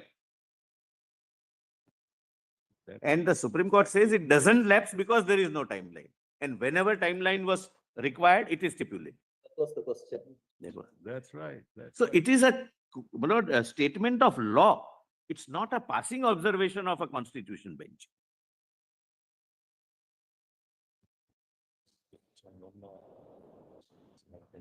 That is why, my lord, the constitution bench gives the dates also. Time was the issue, my lord, that whether it should have been done within particular time limit. Now, my lord, again, my lord, B.K. Pavitra, I have read, my lord, I'll not repeat that, my lords. Now, my lord, the court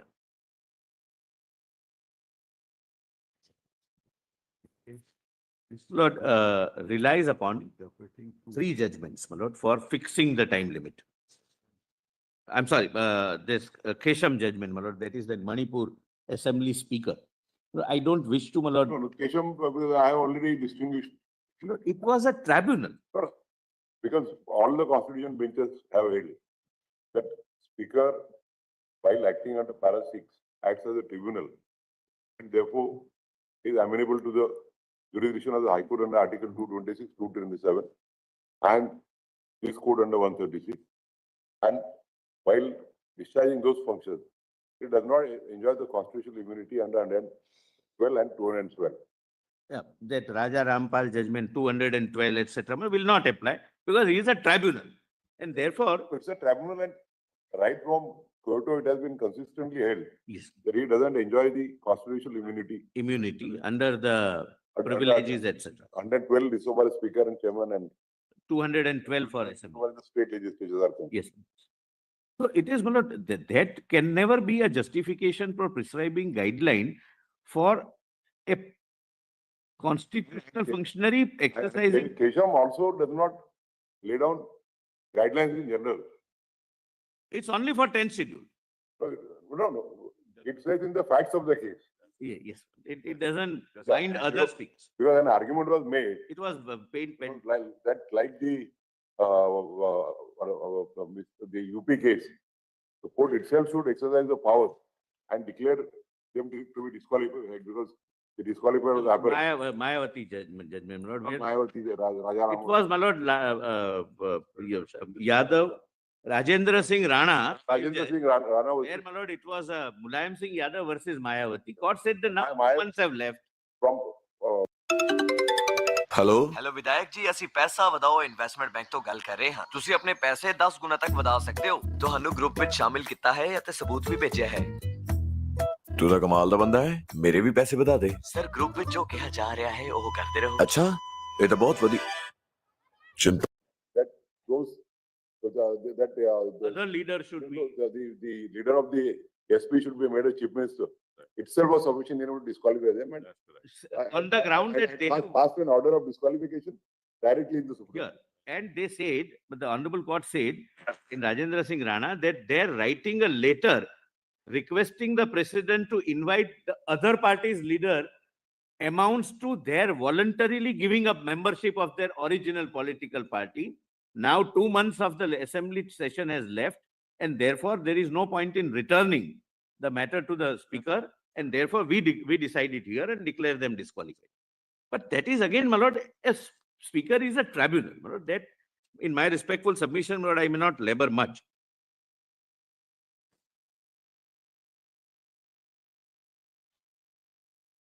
That has been followed in Nabam, Rabia, and Subhash Desai.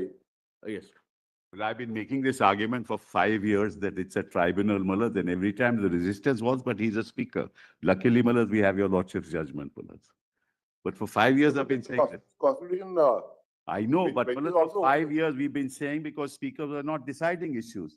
And And, for years, they were not deciding. And I was saying they are tribunals, but for 5 years, well, nobody accepted that position because the other side would say he's a speaker. Then your lordships decided to have. And I'm so happy.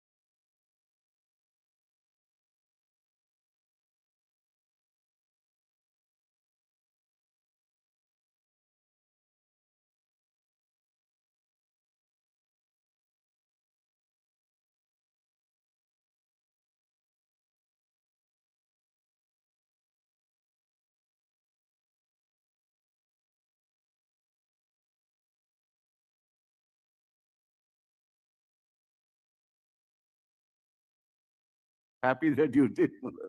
At least that put a quieter. We have held that.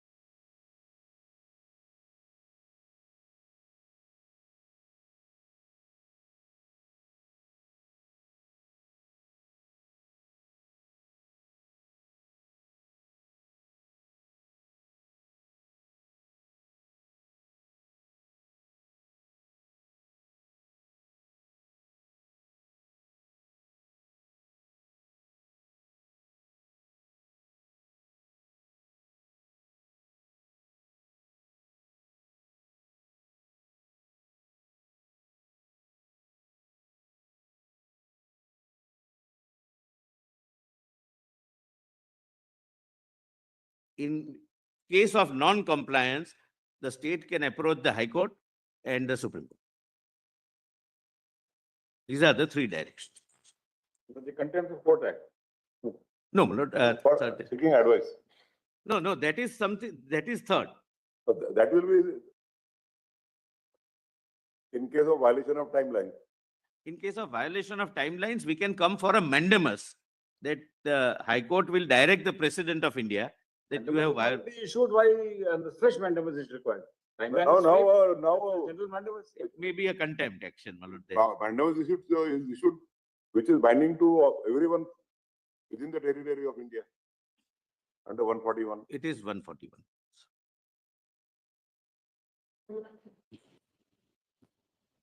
My lord, please come to page 245 of my, my lord, submissions. Why, my lord? The nature of exercise, the manner of exercise of powers by coordinate constitutional functionaries.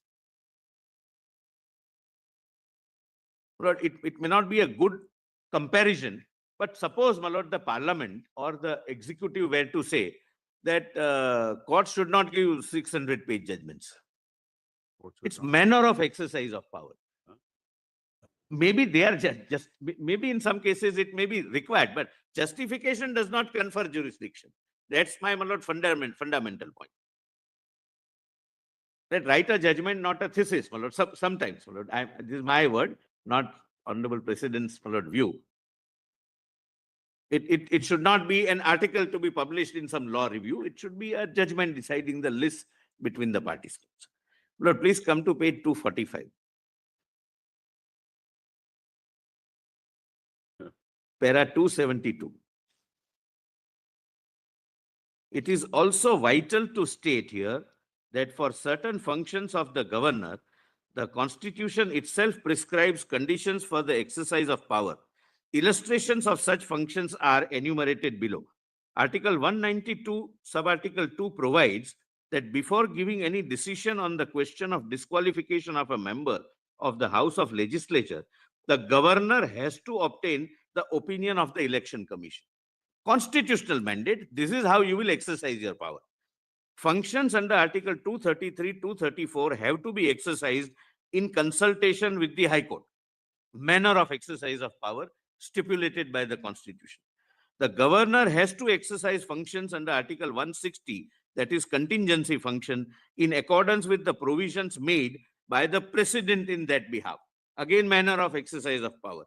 The power under Article 187(3) has to be exercised in consultation with the Speaker of the House. Under Article 2083, the governor makes rules of procedure as to the procedure with respect to communication between two houses after consultation with the Speaker of the Legislative Assembly and Chairman of the Legislative Council. Again, manner of the exercise of power by the governor controlled by the Constitution. Power under Article 258A has to be exercised with the consent of the Government of India. Article 316, 318, which deal with appointment, condition of service and removal of chairman and members of State Public Service Commission, also stipulate certain conditions, how he would exercise those powers. My lord, in 5th schedule also, my lord, I have not added this, my lord, but there is a tribal advisory council and he has to consult them. So, my lord, wherever the manner of exercise of power is to be circumscribed or to be stipulated, the Constitution stipulates. It, in my respectful submission, cannot be added by way of a judicial pronouncement. So that is, my lord, and there are other judgments, my lord, which I have cited. Now, my lord, I come to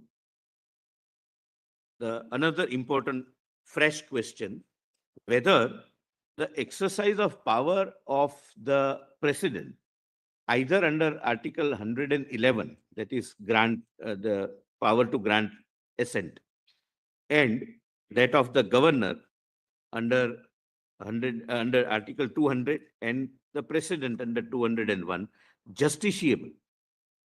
Lord, there is a difference between power of judicial review and justiciability. And in my respectful submission, Lord, the view that it is not justiciable is supported by, Lord, more than one judgments, my lord, few of which are constitutional bench judgments, that these powers are not justiciable. Kindly bear in mind, all judgments have said that the power of assent, the title of Article 200 is power of assent, is a legislative act because the governor is a part of the legislature. And otherwise also as a coordinate constitutional organ, the power is not justiciable. The exercise is not justiciable. That is the law. Lord, if I can come, invite your lordship's attention to page 248. Lord, when we say, Lord, my lord, and kindly take this as a constitutional argument. In Britain, the concept is parliamentary supremacy. The courts cannot go into the validity of the law also.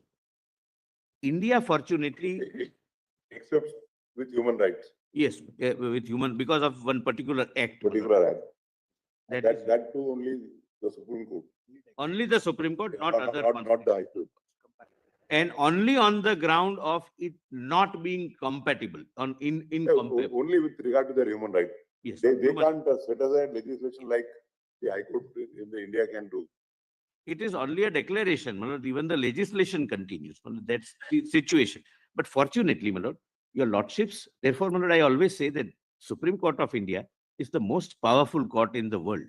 Your lordships can set aside the parliamentary legislation, state legislation, any act, etc., constitutional amendment also, but complete. But this is a legislative act, and it is act or a function of a coordinate constitutional organ. Now, my lord, in this context, my lord, I have divided, my lord, this is a major point, my lord. The rest of the points now, remaining points would be minor, but this would be a major point. Please come to page 248. My lord, we do not, I was just saying, my lord, that Britain has parliamentary supremacy. We have constitutional supremacy. We do not have judicial supremacy also. Parliament supremacy also. Nobody is supreme. All are sovereign in their respective fields. And in that background, the question. Sovereign is the constitution. Sovereign is the constitution. All three organs work under the spheres allotted to them by To them under the constitution, and they are sovereign in their respective fields. But supreme is the constitution. Unlike, my lord, parliamentary supremacy, which is accepted in Britain. Now, my lord, I have divided this, my lord, in these my lord, points. We have para 276. The nature of power and its justiciability.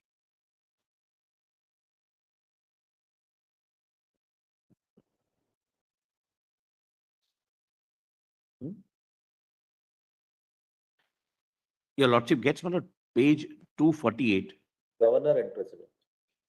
Governor and president. My president has two powers, 111 and 201, and governor has 200.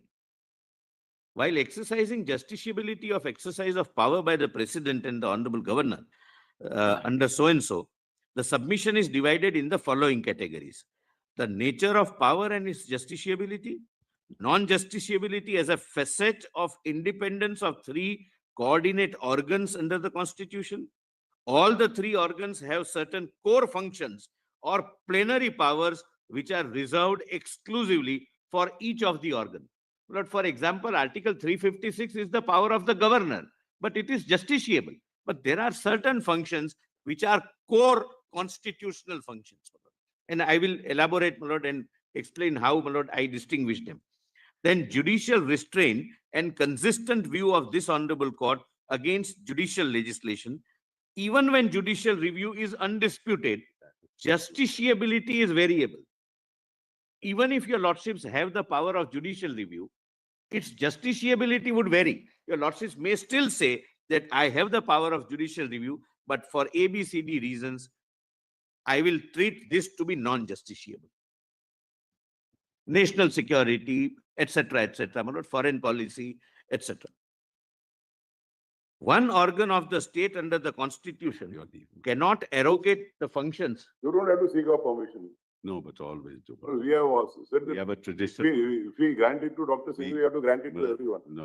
Mr. There's Singhal a- always follows the procedure. I follow some traditions, Mullah. Tradition. Some Lord, one traditions. more thing I must say, which I learned from him, Lord, that during Constitution bench, he always sits throughout. So that we have seen. Yes, that is something, Lord. Look, this is the tradition of the bar. If we just lose this also, we're left with very little. Mr. Subramanian is also sitting. He is also sitting. We always do that, Mullah.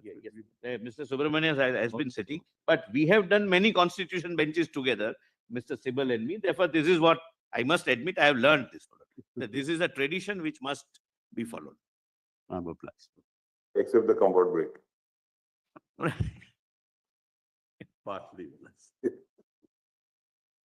Yes. My lord, please see. Now, my lord, kindly come to My lord, haste, I have read, my lord. So I'll not read it, my lord. But no, I have not read, my lord, this hoist or haste, my lord, whatever. This paragraph, my lord, I have not read. I am on the Who is silent? So next time you won't have problem here. haste, yes, my lord, haste. Haste.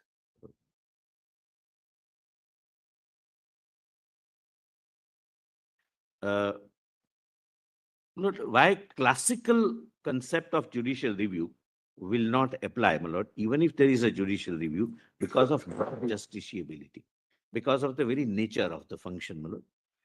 And in that, my lord, haste pharmaceuticals, para 84, which I did not read because I read it for a different purpose, different point. Para 84, my lord Justice Nasima would get it 250. Page 250 of my written submissions. This is a judgment of 3 honorable judges.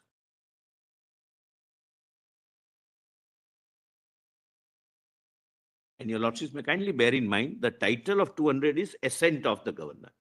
So it encompasses all options which are available with the governor.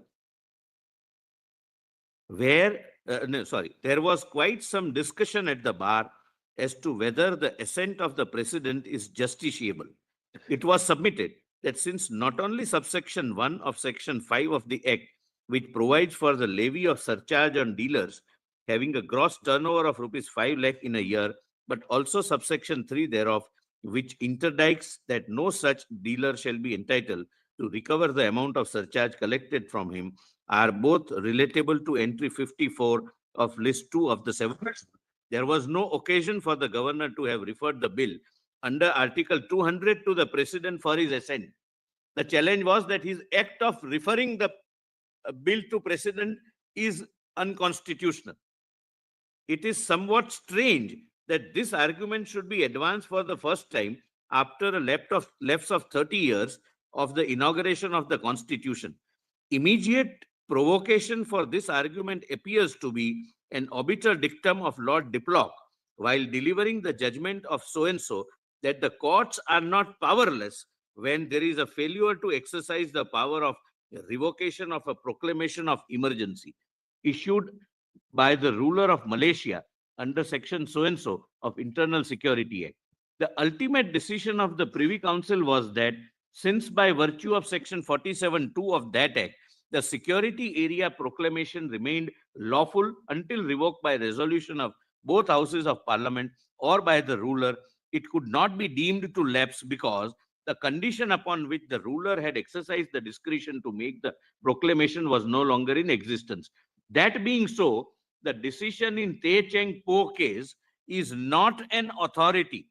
Lord, this is now Honorable Supreme Court, my lord, says in haste. That being so, the decision of Teh Cheng Po is not an authority for the proposition that the assent of the president is justiciable, nor can it be spelled out that the court can inquire into the reasons why the bill was reserved by the governor under Article 200 for the assent of the president, nor whether the president applied his mind to the question whether there was repugnancy between the bill reserved for his consideration and received his assent under Article 254(2). There is no provision in the Constitution which lays down that a bill which has been assented to by the president would be ineffective as an act if there was no compelling necessity for the governor to reserve it for the assent of the president. A bill which attracts Article 254(2) or Article 304(b), where it is introduced or moved in the legislative assembly of a state without the previous sanction of the president, or which attracted Article 31(3) as it was then in force, or falling under the second proviso to Article 200, has necessarily to be reserved for the consideration of the president. There may also be a bill passed by the state legislature where there may be a genuine doubt about the applicability of provisions of the Constitution which require the assent of the president to be given to it in order that it may effectively be an act. The governor is confused whether there is repugnancy or not, but he errs on the safer side that there may be a repugnancy and refers. Belonging isn't a destination. is the moment when the noise fades and you feel most like yourself. Necessity for the governor to have reserved a bill for the consideration of the president, still he having done so and obtained the assent of the president, the act so passed cannot be held to be unconstitutional on the ground of want of proper assent. This aspect of the matter, as the law now stands, is not open to scrutiny by the courts. In the instant case, the finance bill, which ultimately became an act in question, was a consolidating act related to different subjects, and perhaps the governor felt that it was necessary to reserve it for the assent of the president. We have no hesitation in holding that assent of the president is not justiciable, and we cannot spell out any infirmity arising out of the decision to give such assent. My lord, now your lordships may, my lord, kindly take Kesare Hind, my lord. Lord, this is, my lord, 5-judge bench judgment, my lord. Lord, can I begin at 2? It's almost so that this is a few more paragraphs are to be read in this one.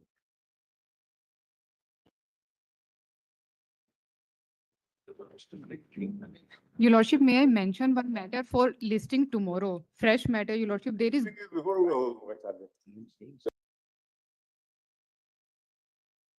This is Mysore, not because this. Oh, next.